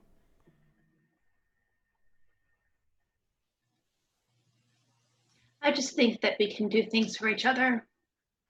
And I think that these kids that you're so desperately, trying to win over, you'll soon see how inconsequential they are to the bigger picture. He just he says, I understand where you're at, and he conjures his hand, and a scroll kind of like apparates in it, and he hands it to you, and he says, if you change your mind, you just sign that. I will release all the souls of the children that I collect here in Elturel for yours. No pressure. If you change your mind, you got it. I'll And he hand says, it well, over to. and, okay, you hand it to Laura. Yeah, And he says, I take that and I put it in my little scroll case that there's multiple contracts. And he says, Laura, I'll meet up with you when I've got something for you, and then we can talk. And I look forward to it. With that, he makes his way out the door, and he sees a couple of kids running. He's like, "Hey, kids! I've got a deal of a lifetime," and he goes scurrying after them. Okay. So yeah. You sold your soul to the cookie guy. Look, my pickings were kind of slim at that moment, and honestly, I did not have the privilege time on our side at that point. But I understand, and I appreciate that you were working to save us. But the cookie guy. Look, I'm just as disappointed as you are, Evangeline. I really thought level 3 was like it was the opposite tier, but it was like a really good, like you worked hard to be a level 3. Yeah. Now No. Well, all right. Well, sorry about that. I really thought that would give us some information, but Well, potential for information. yeah, yep. I'm just glad that we have the two of you as expert negotiators on these contracts, because And I mean, you did save the soul of that young boy. Yes. Thank you, Apollos. Yes, It's true. Maybe we should warn these children against selling their souls for cookies. Spread the word. Brandon, probably like strikes you that the kid that you gave the dagger is like the dagger that Blackcloak gave you. Didn't your mother and father does it ever tell say? you not to trade your soul for cookies? That seems very early in my education that was presented. Do not go to the dark side. They have cookies. Yes.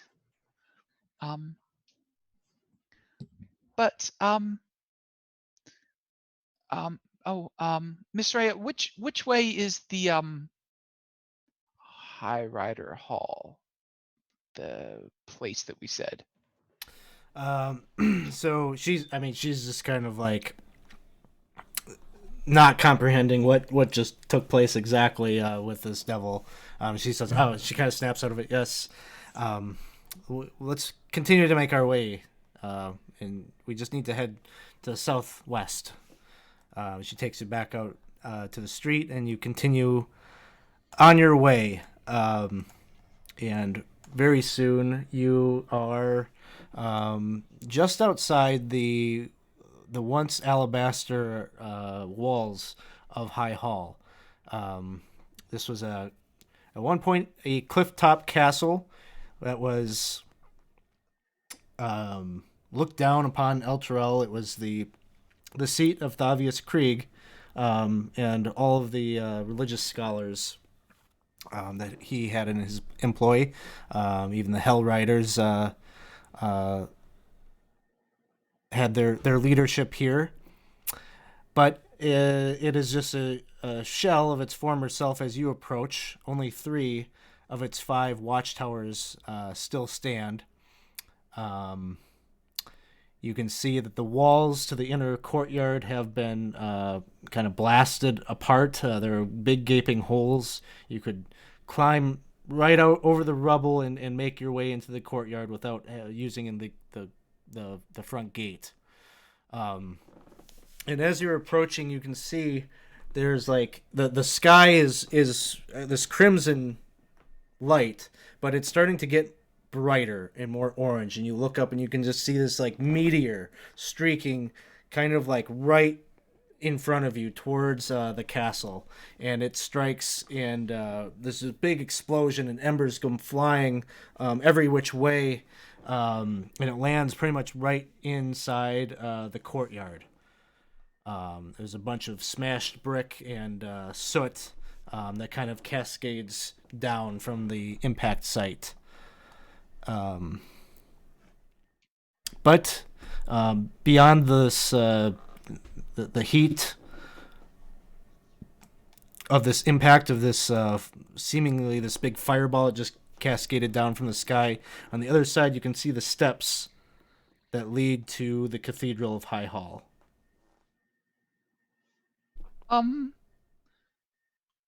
What was that?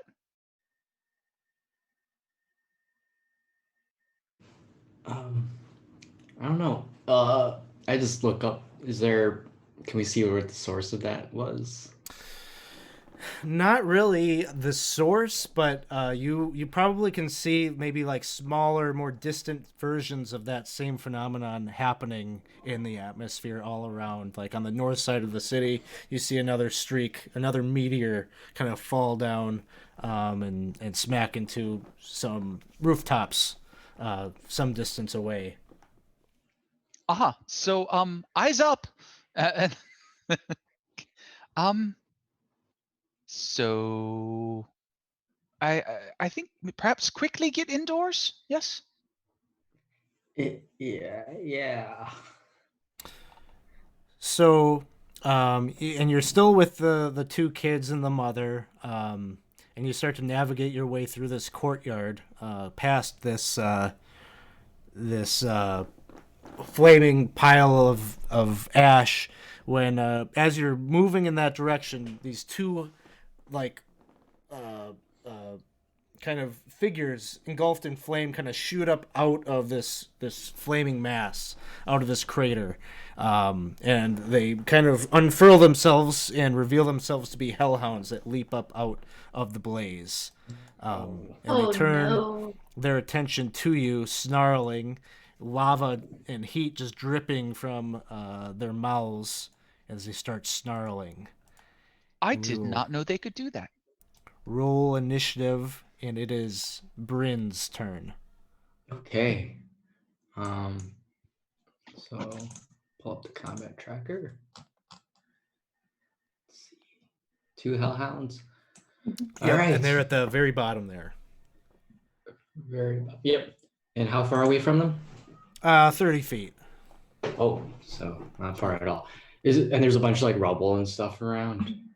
Yeah, big mounds of like the wall that have like fallen over, and even like some of the watchtowers have come down. So if you're looking for cover and things like that, you can easily find it here. Great. Okay. Then I think for my turn, I will shoot 2 Eldritch Blasts and then duck for cover. All right. Miss. And hold on. Oh, I'll do that next turn. That one hits. Yeah. Wow. They just kind of catch you off guard, and you rapidly fire off 2 Eldritch Blasts. One kind of clips the first one, but still on its feet. Rhea pulls out longsword in hand. She goes charging after the first one that you just hit, swinging. First attack with her longsword misses. She tries to follow it up with a second, also misses. And then we turn to Evangeline. All right, and so since Ray is up, they can get sneak attack. Is she? Yeah. Okay. Yeah, she's right next to Hound 1, so if you attack that one, you'd be good. So I am going to kind of be ducked behind some of that rubble and take a shot at number 1.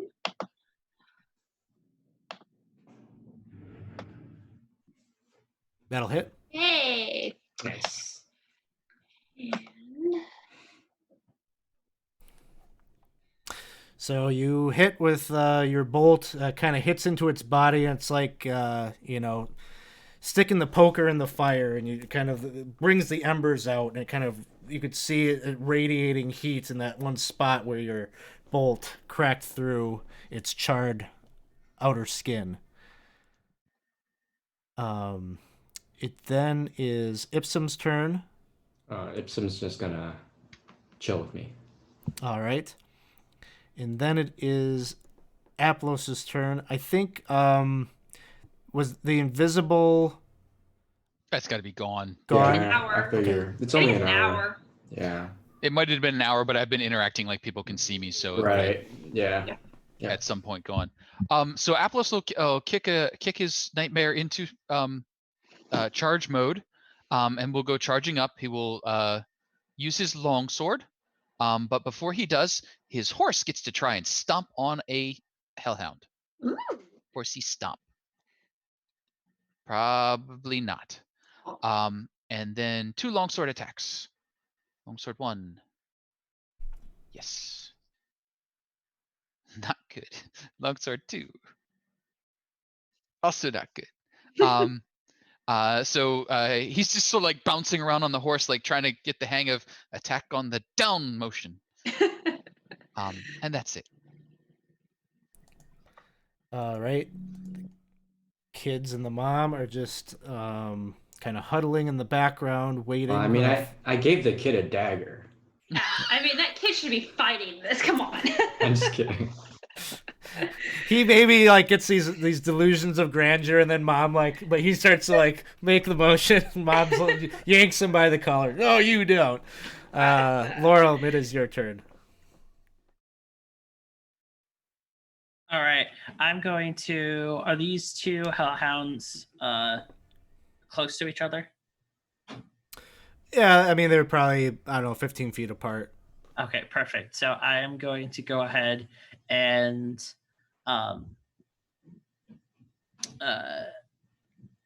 reach over, and with a flourish of my hand that mimics a lightning bolt, I'm going to go ahead and cast Shatter right in between the 2 of them. Perfect. Okay. How do I target both of them? Just control click each one individually, and then you'll have them both. Aha. And then do I just drag on either one of them? No, do both? I think if you just double click. Yeah, you can either double click or you can click and drag it in. Yeah, perfect. That works. So successes. Okay. All right. So then it'll be half damage.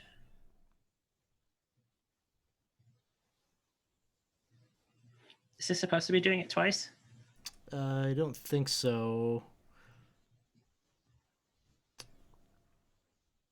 I'll just take the second one off.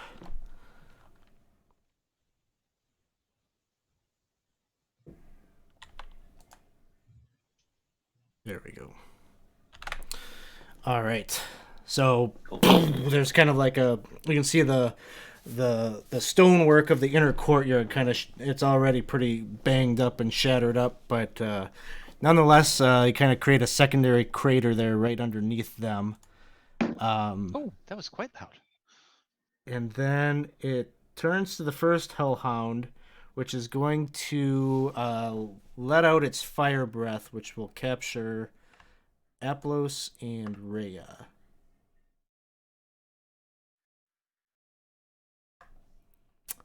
Let's see, how do I do this? Aplos. Okay.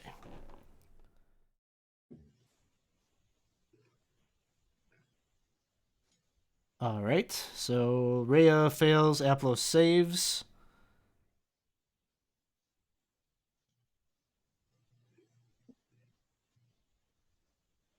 Ooh, that's a lot of damage. That was a lot of dice. Mm-hmm. Rhea is looking pretty beat up. She tries to pull her shield up to buffet the flames, but doesn't quite get there. Aplos actually was able to kind of dodge away and turn away from the worst of it, but still a little crispy. The second hound here is going to go bounding right after Aplos, who's there. Now both of them are pretty close. This one is going to get the advantage of pack tactics. Oh, you butt. Oh. 19. Wait, a 19. No. Oh, sorry. I'm supposed to be at a 21. 21. Okay. I am That I am one sword and was- board at the moment. Sorry.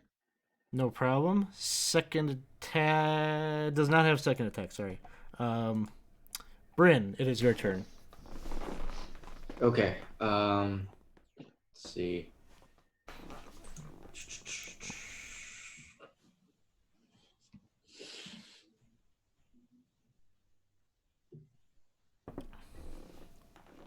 Yeah, it's not gonna work. All right. I'm gonna burn my advantage that I was given, or inspiration, and attack with my Nice. Eldritch Blasts. So gotta use it before I forget it. Mhm. Wow. Oh. Wow. Oh. Wow. Okay, second one. That's better. That hits. Hey! Damage. 5 Wow. points. And then I'll duck for cover again. Sounds good. Rhea, taking some swings with the longsword. Crit. Ooh. Nice. Nice. 10 points. Second attack. Misses. Evangeline. All right, I'm going to take a shot at that same guy. Oops, hold on. Gotta scroll down on my little tracker here. Okay, now I'm in it. All right. That thing it hits it and it shatters into a couple of lumpy pieces of coal that are just smoldering on the ground. All right, Breaks and I'll apart. tell Aplos as my help action, just remember your training, Aplos. See what you need to do and execute. Imsum hanging invisible.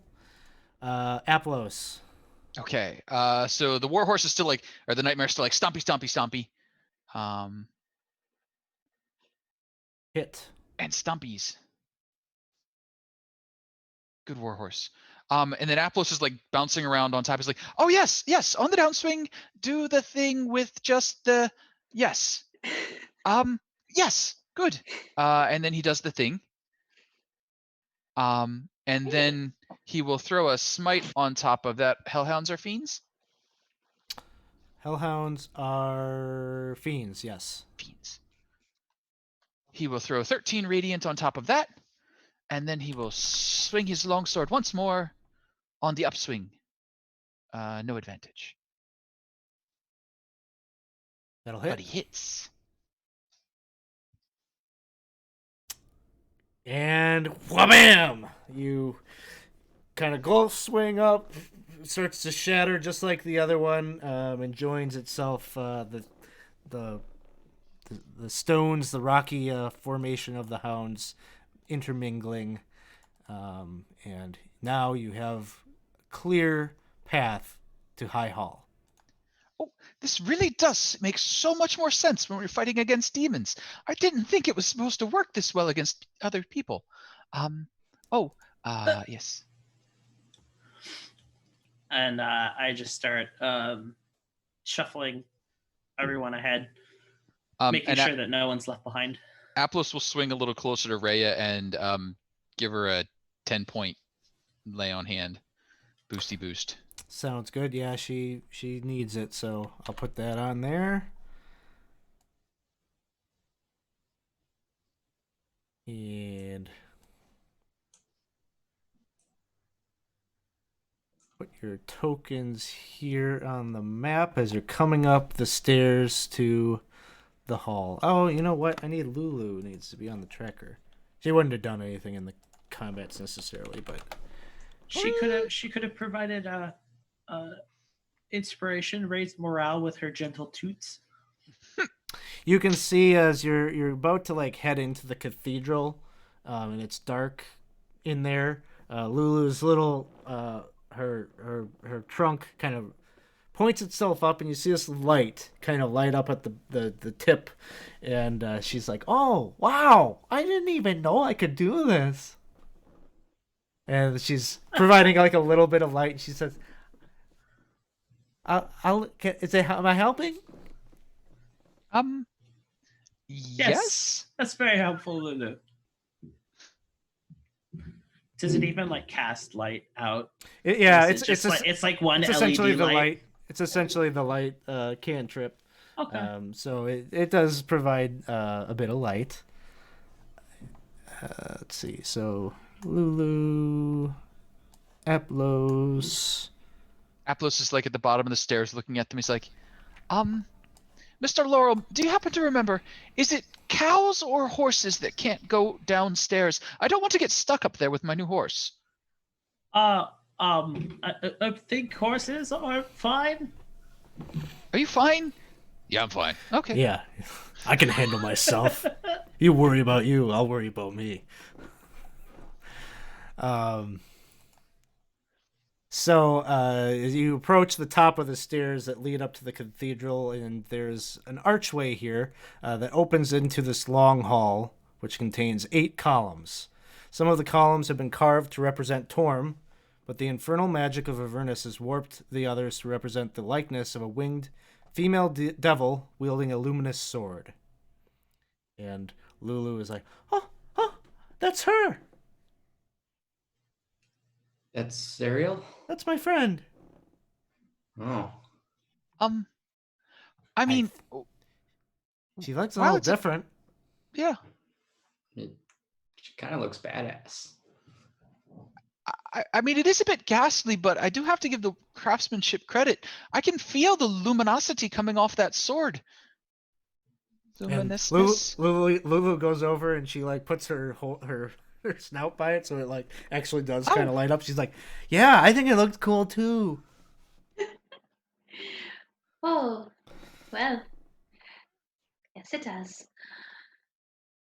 And Rhea is looking at it all, and she says, "Well, this is sacrilege. What has happened here?" And she's just not happy seeing these images of Torm kind of defaced like this.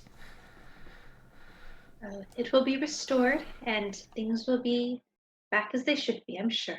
Freya. Is there a secret call or signal that we give to gain entrance, or friends or foes? I think we just need to move ahead. Oh, These well then- doors here. This will lead us to the inner halls. Clap, clap, clap, clap, clap. I should probably get off the horse. he's like, this is grudgunk. Yeah, it's a good way to probably end up with a headache, but your mighty steed will follow behind as Ray will go up and open the door for you all, which will lead into this next kind of the grand hall. So grand it's going to take a little bit for it to open up, but immediately as the doors open and you get Lulu is casting a little bit of light in there, you can see 2 circular stairwells that lead up, and you get the sense that right overhead you can kind of see the ceiling in front of you like extends out only, I don't know, maybe 40 feet or so, and then like it opens up into a bigger, you got a balcony, you think, right overhead as you're coming in, and then the rest of this is curtains that are kind of drawn between these different pillars of the room. Let's say Mysterious. That's dramatic. I like it. Mm-hmm. We got various stained glass windows on either side depicting scenes of Torm and his followers in different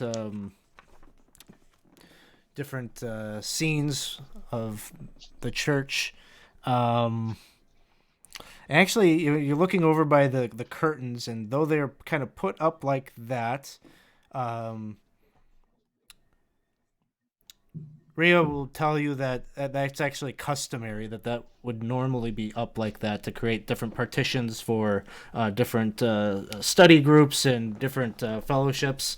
But it's all very drab and like ripped up, and you can maybe see a little fire damage, like it's sustained some wear and tear from scuffles that have happened in here. Around the room, you can see bodies of fallen Hell Riders and common folk that have Oh, likely expired in battle, maybe trying to make their way to safety. oh, this isn't a good sign at all. And Apples will be darting from person to person, like squish, squish. If there's any signs of life, he'll try and heal. If not, Make a medicine check. I kind of rely on them screaming in pain if I squish them, more so than knowing how health works. Not so much a medicine check for trying to stabilize, but maybe to get some sense. Yeah, you're not sure it's not like the bodies are necessarily like decomposing or anything. They're all clearly dead. But yeah, you're not sure how long ago or things like that. So, upon seeing all these dead bodies, the children and the woman are still outside, right? They haven't come into. They don't see this yet. No, they haven't seen it yet. They're kind of, you're the front line, so they're maybe going to be always like one room behind you unless you like kind of ask them Okay. differently. So, I'm gonna lean out and kind of call the mother over and just be like, And she approaches with the children close okay, behind. children, maybe go look at the pretty statues for a second. Look at the flowers, children. It appears that there's been some sort of battle in here, and I'm not sure that this is a safe place for you and the children. And the mother says, well, if this isn't a safe place, where else are we to go? This is our last hope. Well,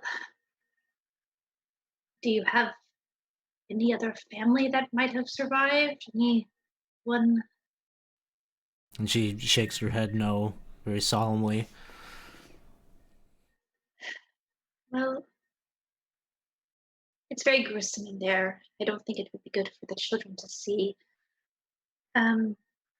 Maybe find somewhere safe in this little corridor to wait for us, and if we clear things, we can come back and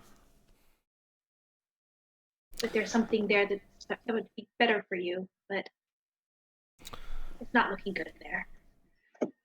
She says, that's fair. We can wait here, and if you find the others, I'm sure that there are others here.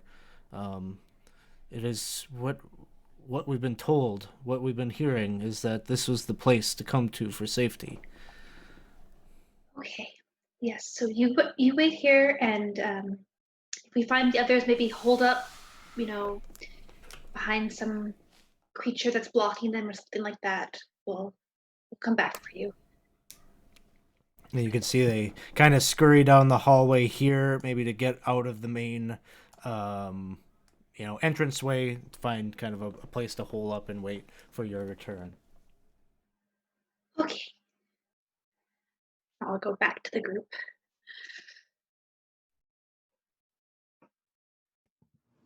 Apples will And just kind of nod at that and send the nightmare to go sit down in front of them and kind of like block sightline, be an intimidating nightmare. okay, Guard horse. okay, so you got a sentinel here with the kids. If anybody comes up, it'll growl menacingly. Nay. Sounds-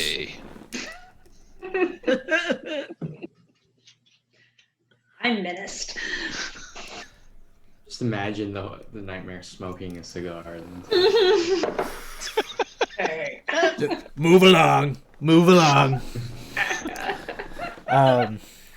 So you all are in this this area. You see Lulu kind of flutter out and starts to like fly upwards. And it's just going. It's sounding its little high pitched horn kazoo sound. So up. I guess so. Rhea? She says, well, we could go up there. I sort of doubt. I probably suspect that everyone is holed up probably down in the catacombs, but we could look up there. And you hear Bryn, you hear Lulu speaking to you directly, and she says, hey, there's someone breathing up here. I think someone's still alive. Oh, everyone. Lulu senses someone alive upstairs. Oh. Chung, chung, chung, chung, chung, chung, chung. And Up here meaning up, right? yeah, like up the stairwell to The spiral? Yep. Yeah, Oh, so your you'll other, hear like your other Apple's like, upstairs. I didn't know if like up on the map or up like Yeah. Oh, I towards don't. me in the map. I don't think it's connected on this particular map. 1 second.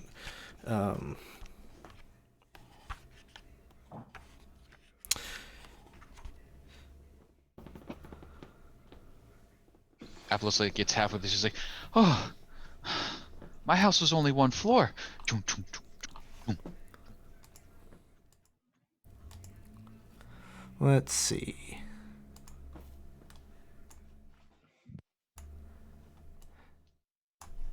Okay, this should be it. Well, it doesn't have a mask on, but you're coming up the stairway here, and kind of situated atop the balcony is a magnificent pipe organ. Its ivory keys practically glow, even as its ebony keys seem to absorb all light. And Lulu is kind of sniffing out or leading up the way. And beyond the organ, this huge, massive. I don't think they have an image of it, unfortunately, but it's quite the impressive looking musical instrument. It looks impressive from the map. Yeah, you can see all the very intricately various different sizes of pipes that lead up right along the wall there. And again, curtains that seem to partition off the high watchtowers that look out into the courtyard. And from behind there, you can kind of hear some whimpering.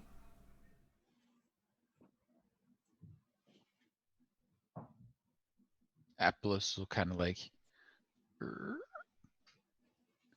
hello?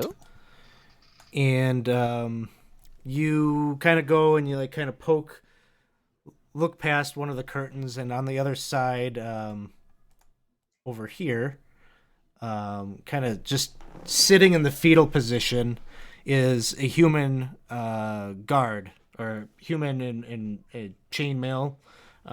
Sword is been discarded onto the ground, and he's just rocking.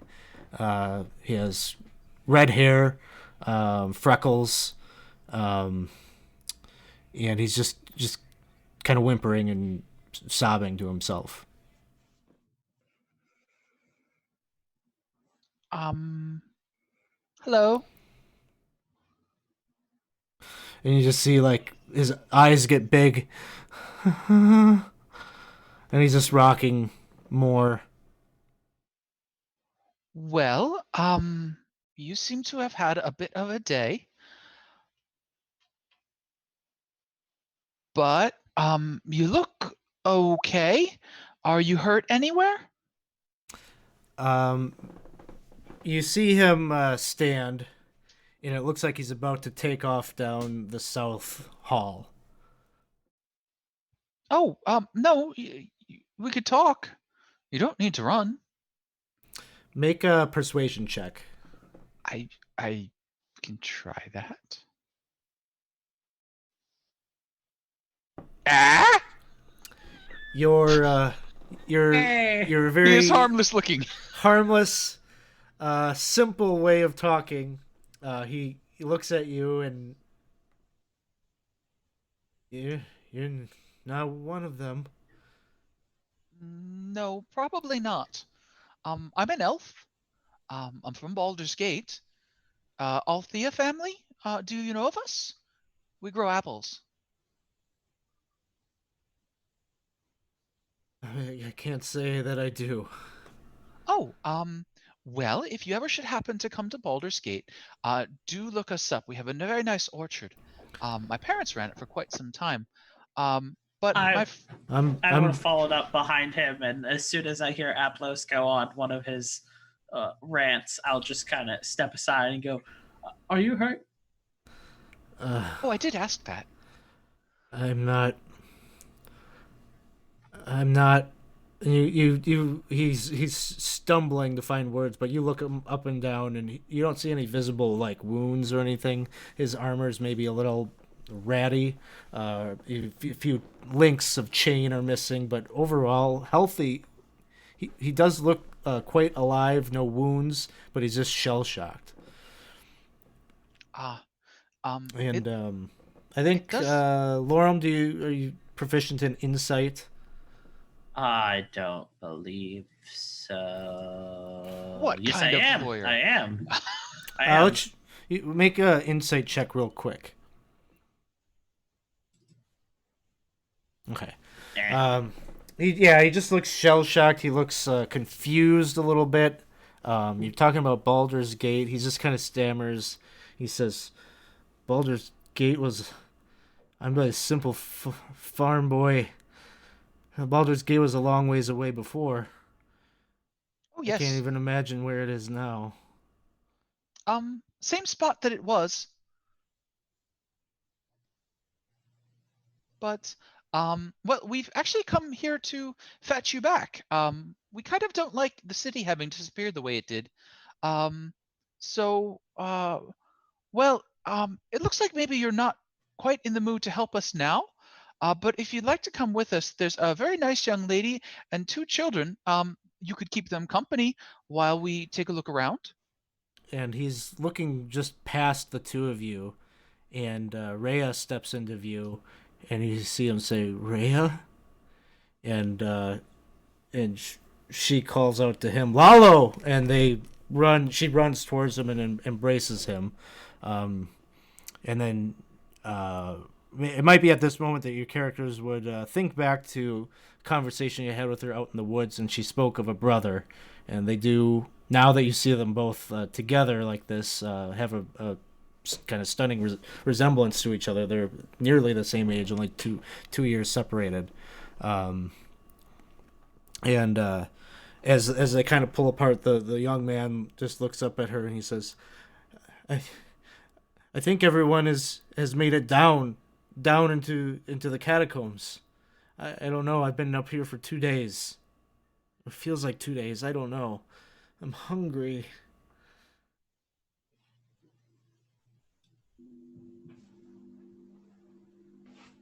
I have an apple or a cookie. He reaches So, for the no- apple. Good choice. This is how we know he's a true. He hasn't been corrupted yet. And he bites into it, and then he like spits it out. Ow. He's like, oh, is this some kind of joke?" I don't think so. And he goes to check out his poor apple. He hands it to you. It looks crisp. It looks delectable. Aplos takes his knife and he peels the apple and he makes a little bunny rabbit out of it and he picks it up and he eats it. It just tastes like licking an ashtray. It don't normally taste like this. That's terrible.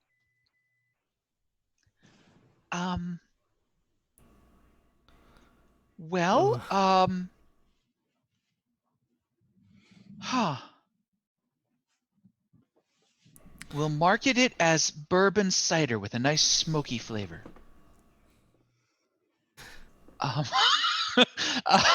Um, I'm terribly sorry.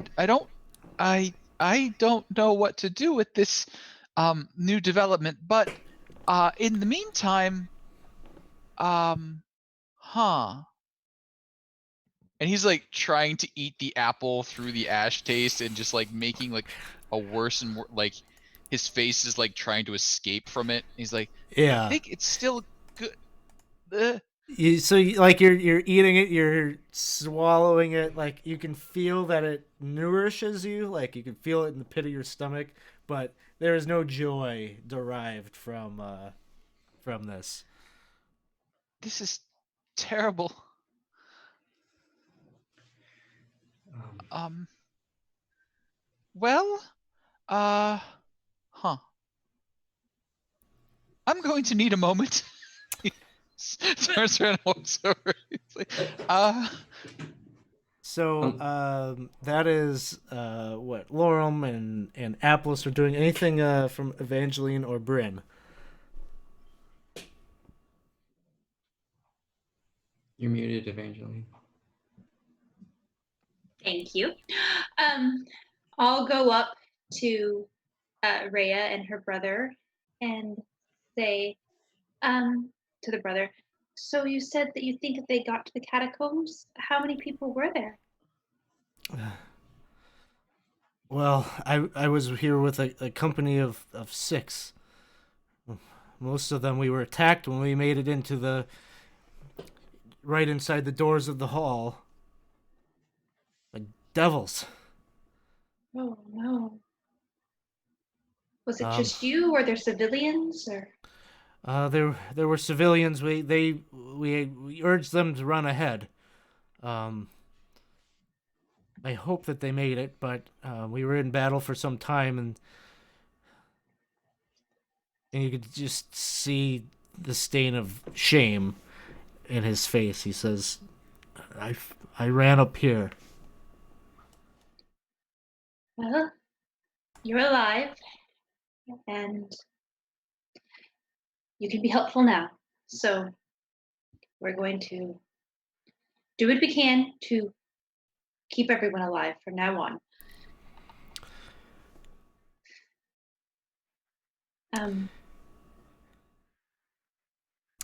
You then you hear the curtain just kind of like fall, gets ripped down, and there are a number of cultists there. These characters wearing these kind of draconic looking masks are standing there in wait.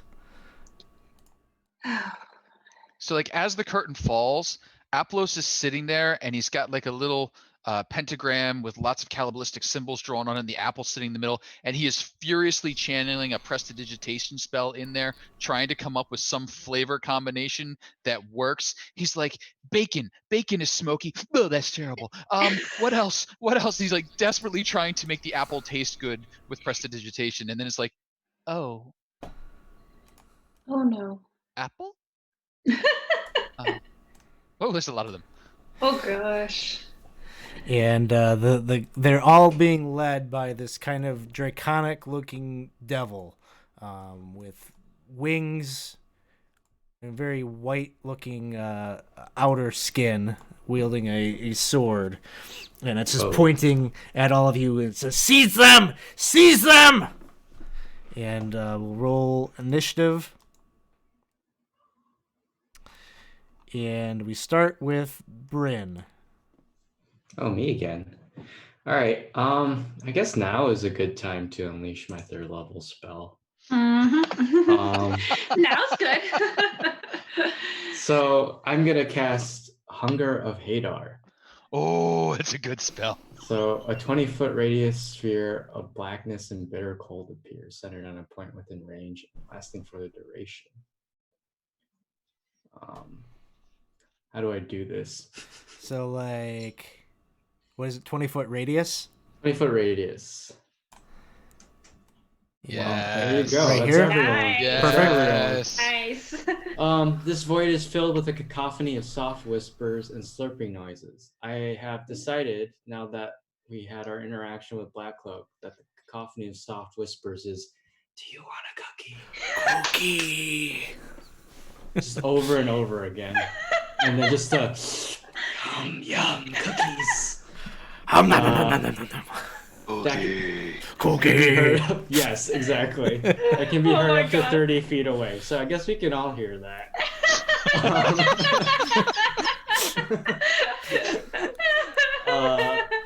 No light, magical, or otherwise can illuminate the area. Creatures fully within the area are blinded. So basically, Bryn just brings this up. It's like, nope. The area is difficult terrain. Any creature that starts its turn in the area takes 2d6 cold damage. Any creature that ends its turn in the area succeed on a dex saving throw or take 2d6 damage. Nice. That's my action. There's someone Oh, within the back him up. circle. Yeah. One of the cultists within the circle is just like, well, I could go for a cookie. Oh, shit! Ah! Food's terrible here. Evangeline, it is your turn. Okay, so a point of clarification. So we can't see into this then either, right? Like it's just like smoky black all over, or can we actually see to like shoot into it and make an attack? I think it's just like darkness. Like It's just darkness. Okay. Yeah, you'd be shooting blind, Okay, so so it'd be a that's disadvantage. what I'm gonna do. I'm gonna just kind of move over here so I have a clear shot and I'm not gonna shoot anybody. And I'm just gonna like take an arrow and plunk it in. So just right in front of me. And that'd be a disadvantage.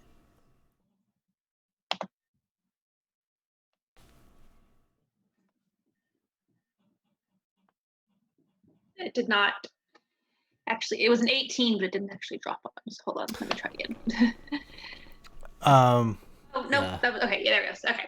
Okay, Got it. that's a hit. Hey. Nice. I could go for a cookie. Wham. So one of them doesn't even get to taste the pain of this spell as it is taken out by Evangeline. Oh man. And then I am going to tell Apollos, be like, just shoot something in front of you. It'll be fine for help. That's- Rhea doesn't really, not really, hasn't been doing so well with that crossbow. She just pulls out sword in hand, readies an attack kind of right next to you, Evangeline. She's like ready to tackle one of these things if it comes running out of the circle. Impsum, Nah. nothing. Good job with me. So then it becomes the Abishai's turn. So at the start of its turn, At the start of its turn, the area, any creature takes 2d6 cold damage. What is a good way of doing this? Damage. Here it is. It's the Abishai's turn.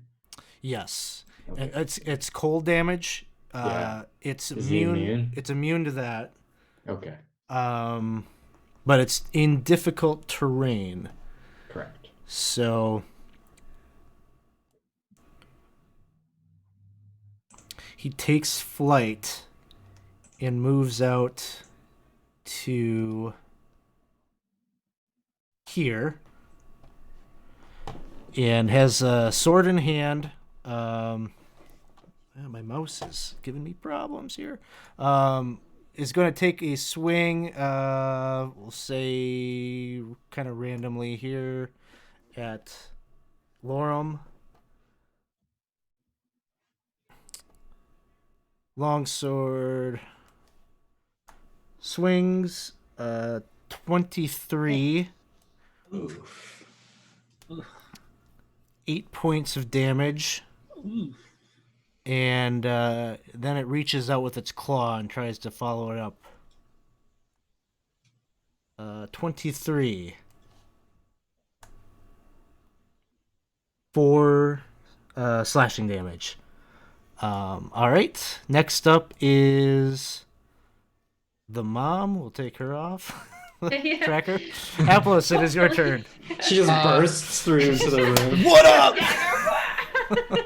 I just made a deal with Black Cloak. Check this shit out.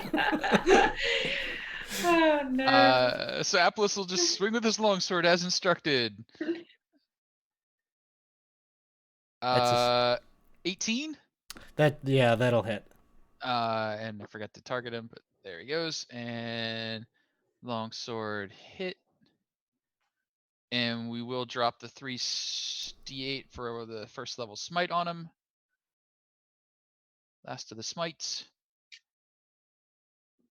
And then we'll swing again with the longsword. Let's see. One second. I just have to see one of the things it can do. Oh, yep.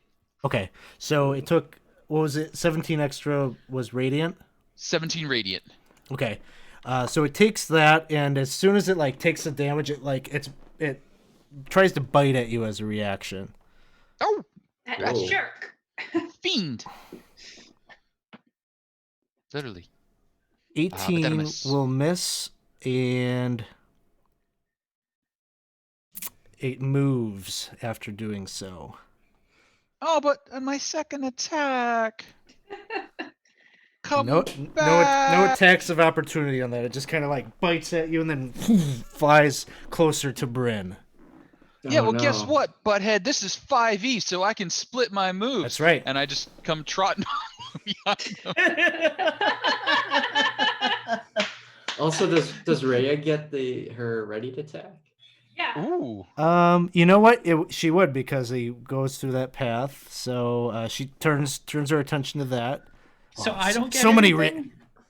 No, you don't, because part of the ability is Okay. no Like no it's op- disengaged. no opportunity attacks, but she had a ready to attack. Yeah, so Ready that's to why- attack. Yeah. So she swings and she hits. So she puts some damage in there. Okay, all of the reactions have reacted. Apples, it is still your turn. Okay. So can I keep my longsword attack, or do I need a new one? No, you could use the same one. Okay. You hit. So that'll hit. I will roll that damage. And because it seems like now's the time, I will use my last spell slot, this one at second level, and drop 4 d8s on him because he tried to bite me. That jerk. Get him. 14 Nice. 14 more points. radiance. And you're next to him now? And I am next to him now. Okay. I think I had to be moved. Yes.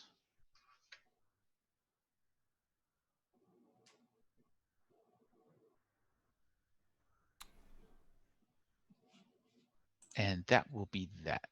Actually, I guess I should probably post up here. All right, Bryn, are you ready?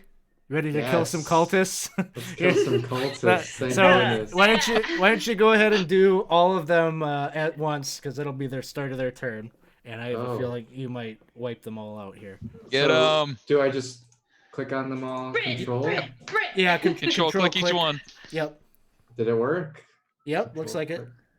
All right. And then I just double click. Oh wait, hang my on, you're damage. missing you might be number You're missing missing two. cultist too. There we go. And then I Bastard. double click damage. I think Uh, one click on the damage. Yeah. Yep, there you go. Oh, Okay. Oh no. So there's a chance here, boys. Okay, cultist 2. Double move.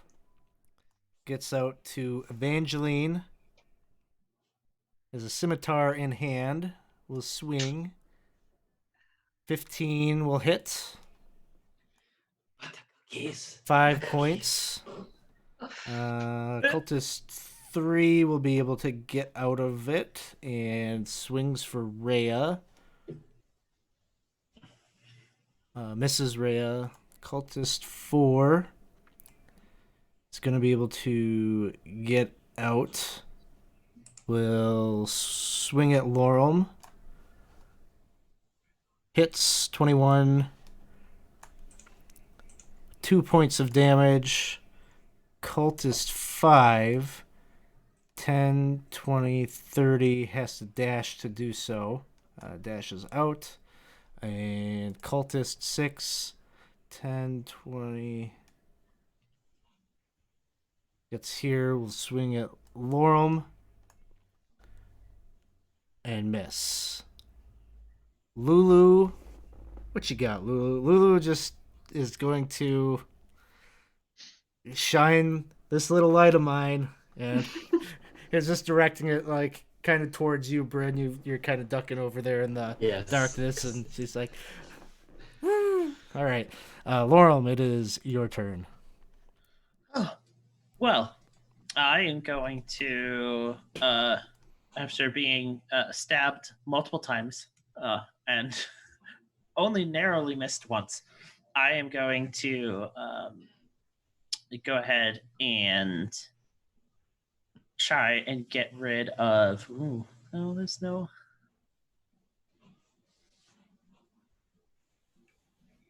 Yeah, I don't think there's a way I can maneuver this. Okay, so I am going to go ahead and cast Shatter on these two cultists in front of me. Success and a success, but half very well could end them. And it does. Oh, They yes. both fall to the Yay. ground. So there's another incredibly loud crash like there was out in the courtyard. And there's just two very broken bodies on the floor in front of me now. And that'll end my. Oh, no, I will. I will turn around and holler at Bryn and give you inspiration, a D8, and that'll end my turn. Bryn, it is your turn. All right. Just Eldritch Blast this thing now that I'm out of spell slots. Actually, I'll take my dagger out. Oh, I'm just- That kid still has your dagger. yeah, that's true. Oops, sorry. That was an attack roll, and I meant to do damage roll. 7 points. And then my second one. Oh, darn. Plus a Um, D8? Yeah, why not? We got the D8 now. So it's 8 plus my D8. Brah. Still a miss, I think. Yeah, that unfortunately that'll still miss. Okay, and then I can move. Yeah, so I just not really thinking here. Just back up into a corner. Oh no. Miss Bryn, it's a round room. There are no corners. I was just about to say that. No, you're just there by the arrow slit. You can kind of just see like kind of the very slim sliver of red light, almost like a laser pointer coming right in through the room. Evangeline, it is your turn. All right, so I'm going to disengage and get away from this mess with all those jerks and kind of come over here. And then I'm going to take a shot at the white Abishi.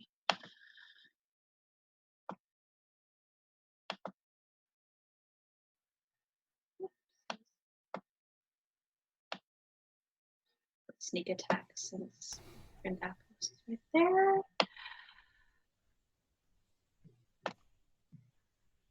Nope. Well, that doesn't do anything. I'll just say, good luck, guys. Rhea will take some swings with the longsword. First at call. Oh, that one's a miss. Second attack is also not so good. And it becomes the white Abishai's turn. And it's going to go reckless. Oh no. Aplos. Oh, okay. That's fine. That's fine. That's no problem. Okay. Gets a None of critical the hit. crits. No. 16 points. Oof. Ooh. And then it follows it up with the claw. 24 hits. Oh no. 11 points of damage. Oh. That's no. a lot of damage. That is a lot of damage. Apples at is 1 point. One. One hit point. Oh. But Apples. Apples, it's your turn. Huh. Oh no. If you're gonna swing at it, you better shoot for right between its eyes. So I am gonna swing at it, and I'm gonna invoke my Otter Boxer's advantage. So, come on, don't miss.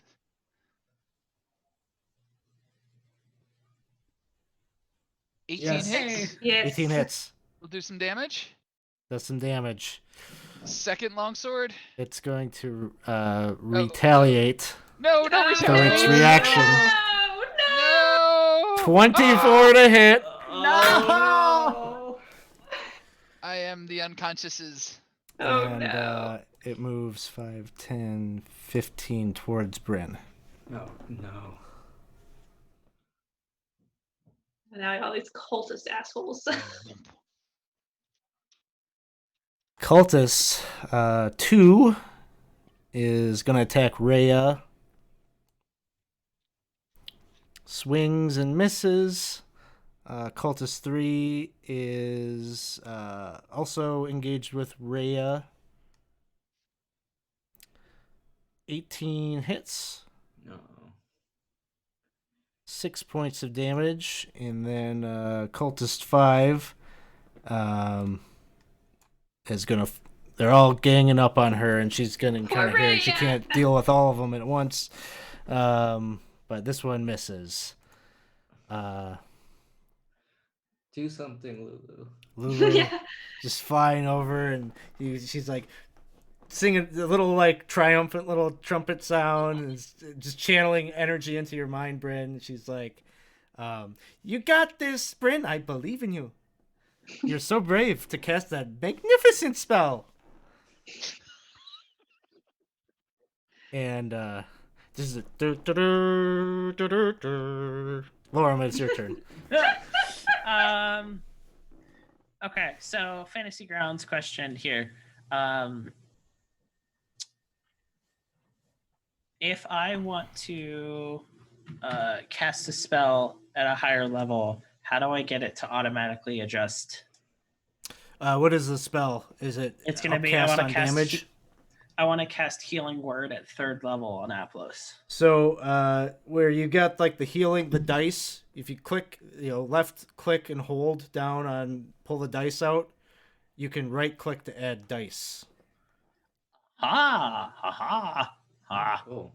All right, so I will cast Healing Word at 3rd level and pop you up 11 points. Stay awake. And then I will go ahead and use my bonus action to give you my last inspiration. Aplos is like, I was considering mortality and thinking I should learn to play the pipe organ. There's just straw all around. Oh no. Have at it, Aplos. There's one right here. We don't know what that apostrophe is like condensing. Maybe there's like an anagram here. that we're not seeing. You got the S at least, so you know. All right, Bryn. No. First one misses. Ah! Ah, dang it. This is not looking good, folks. No. Okay, I can bring someone back again. Okay, that's Evangeline? good. All right, I'm just gonna pop out to right there, and I'm going to take a shot.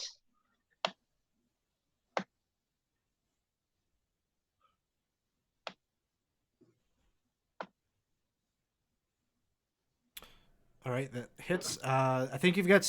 I'm gonna take the sneak attack off. Okay, yeah, I was 'cause- gonna say I don't think there's any way for me to take it off, but yeah. Okay. Yay. Uh, All right. So after that wonderful attack, I am going to tell Rhea, he's help for Rhea, and say, Rhea, just slash him. And that's my turn. turn. Advantage to Rhea. So she'll use that. First attack is a hit. Yes. Hey! And takes this one down. Yes. Follows I'm it up potentially safe. with the second one, also hits. Yes. And ooh, that one's still up. Oh, dang it.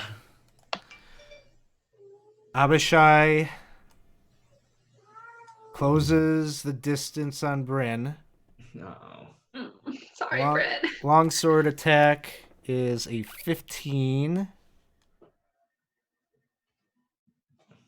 5 points. That's fine. Follows it up with the claw. 16 hits. 10 points. We good. Oh gosh. Hang in there, Brett. Aplos, it's your turn. So Aplos, half movement staggers up, like looks around, is like, oh, okay. And he'll attack the cultist next to him with his longsword. Oof. And he'll use his D8 from his bardic inspiration. That'll to hit. Make that a 15. Nice. Hey. And Hey. he'll longsword him. Goes down. Yeah. And then he'll eye up the distance. No, he can't because he's still staggering. He just staggers over to the other cultist and swings again.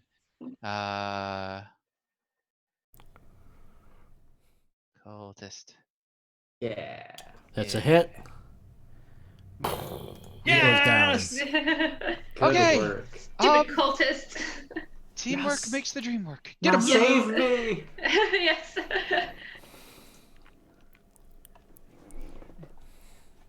I have probably 10 feet of movement left, so I'll like stagger in that, like bounce, and that's it. Lulu just flies up and is like kind of shining its light in its eyes. You'll give Bryn the help action. Nice. Yeah. Laurel, it's your turn. Okay. I am going to, let's see. I'm going to 1, 2, 3, 4. Is it within, I think it's what, 60 feet of me? I think you're fine. Yeah. Yeah, like- you're good. Yeah, I'm gonna go ahead and attempt to start whispering a little song and attempt to cast dissonant whispers on it. There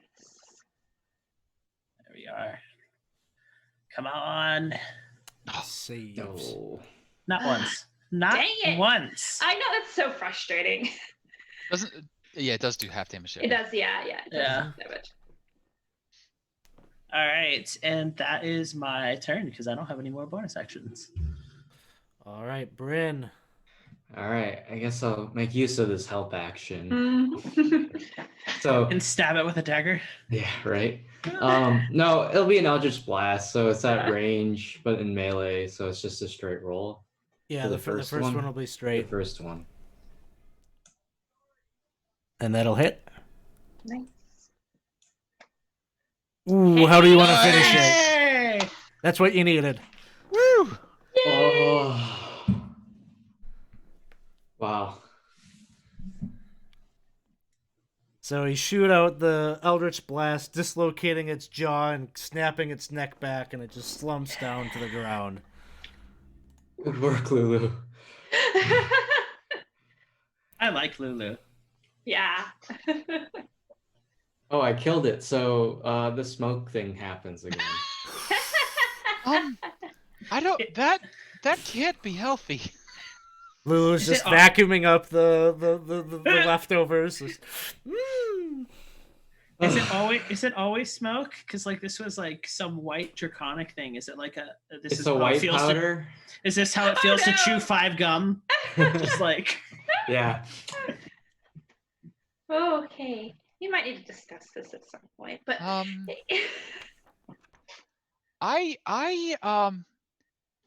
I I could use a rest soon. Yeah. Um, I say we go collect the mother and children and head for the catacombs, maybe. agreed. Sounds good. Sounds good. And when does this go away? And he gestures to the wall of black slurping noises. Cookie? Oh, yeah, that. Probably should have done some concentration checks there, but Oh, It forgot. didn't impact anything after Yeah. they Yeah. left, so no So harm. okay. Brandon will just wave it away as the voices. There's one final whisper of cookie. So this will be kind of where we wrap up. So you go and you collect the mother and the two kids. Based on what Rhea tells you, it might be a little bit of a journey yet to get to wherever she thinks she has an idea of where they're holed up, but she thinks maybe it'd be a good.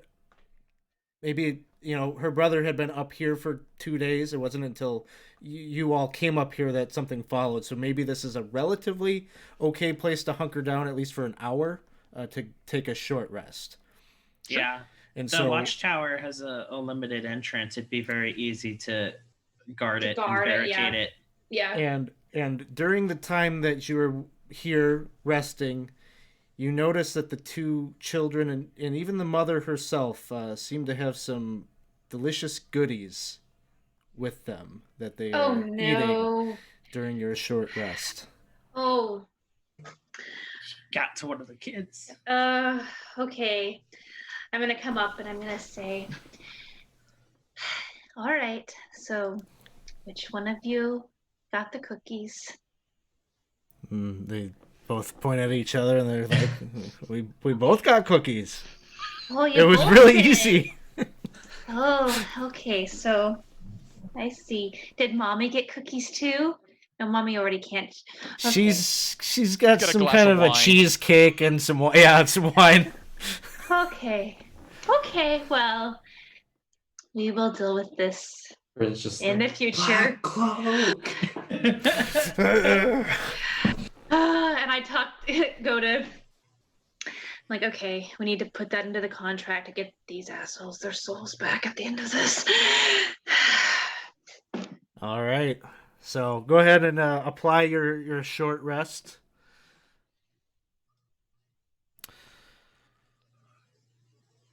Is there an And, easy button for that? It's on the main page. yeah. The Yeah. dice is at the bottom. So you can just hold it and then do the right click to select how many you want to use. But that's just for your hit dice. For you, you can you'll have to kind of go through and manually like unclick your spell slots to bring those back, I believe. Oh yeah, that sucks. Is it a short rest button? There is, but I don't think it's coded to bring those types of things back. I think it's just it's a mention to the party that you're taking a short rest. Oh, that sucks. Gotcha. Do one of you Song of Rest us? Yes, I Okay. will do that. Let me make sure. Okay. I gotta. It's the first time I've used it. I gotta double check. Sure, I remember how to do it right. Okay, so everybody gets 1d6 extra hit points at the end of the rest. Does that give us temporary hit points, or is that only? No, Up to our that's max. that adds to your hit dice roll. So you have to roll a hit dice to get that, but you get Oh, an okay. additional 1d6 on top of it. Gotcha. All right.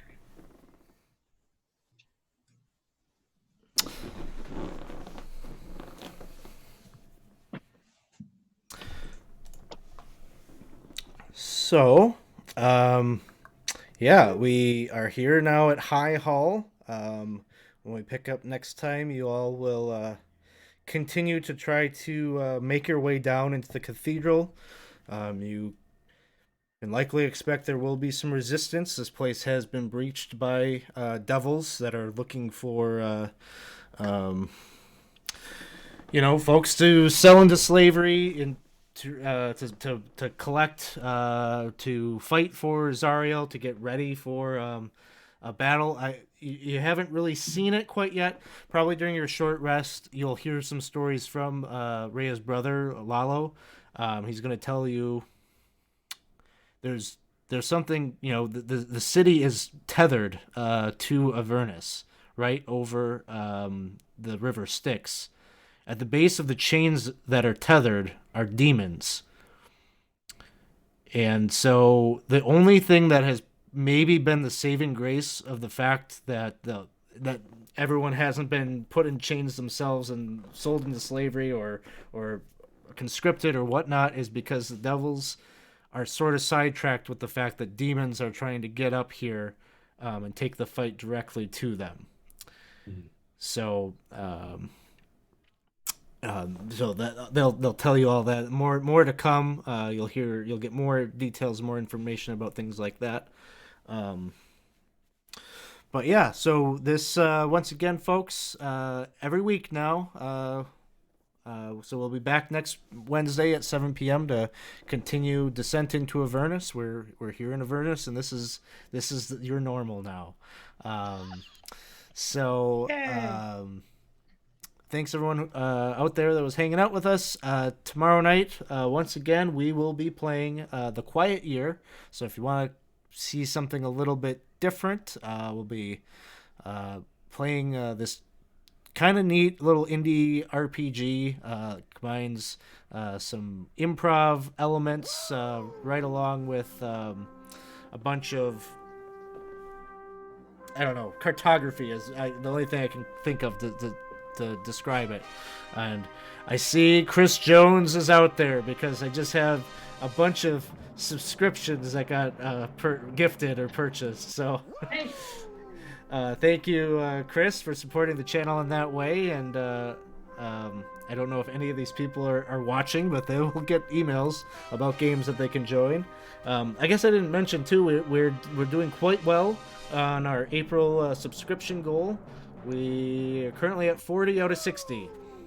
So nice. 20 more subscriptions by the end of the month, and we're only at halfway, so I have no doubt that we will reach that goal and be raffling off a t-shirt at the end of the month.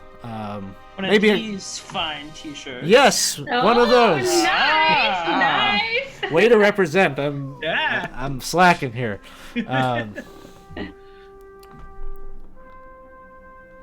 And then if you want to see what you can do as a subscriber, join us on Friday night at 7 p.m. We're playing Isle of Dread with some of the Patreon folks, some of the subscribers. Every month our subscribers can get on the wait list for our Isle of Dread games. And at this point, I'm really just stalling because we gotta let all these people have their woos. But I guess while I'm waiting for that to play out, let's see if we've got some friends online. Is Captain Reboot still online, maybe? They're still in the chat. I'm not sure if they're still on streaming yet.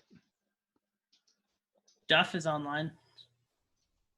Yeah, Wizards of the Couch. We'll drop a raid over on Wizards of the Couch. They're always talking about something interesting, or maybe no, it's Wednesday, so they're probably doing actually a game. But all right, let's go say hi to our friends over there. Thanks everyone, have a good night. We'll talk to you soon.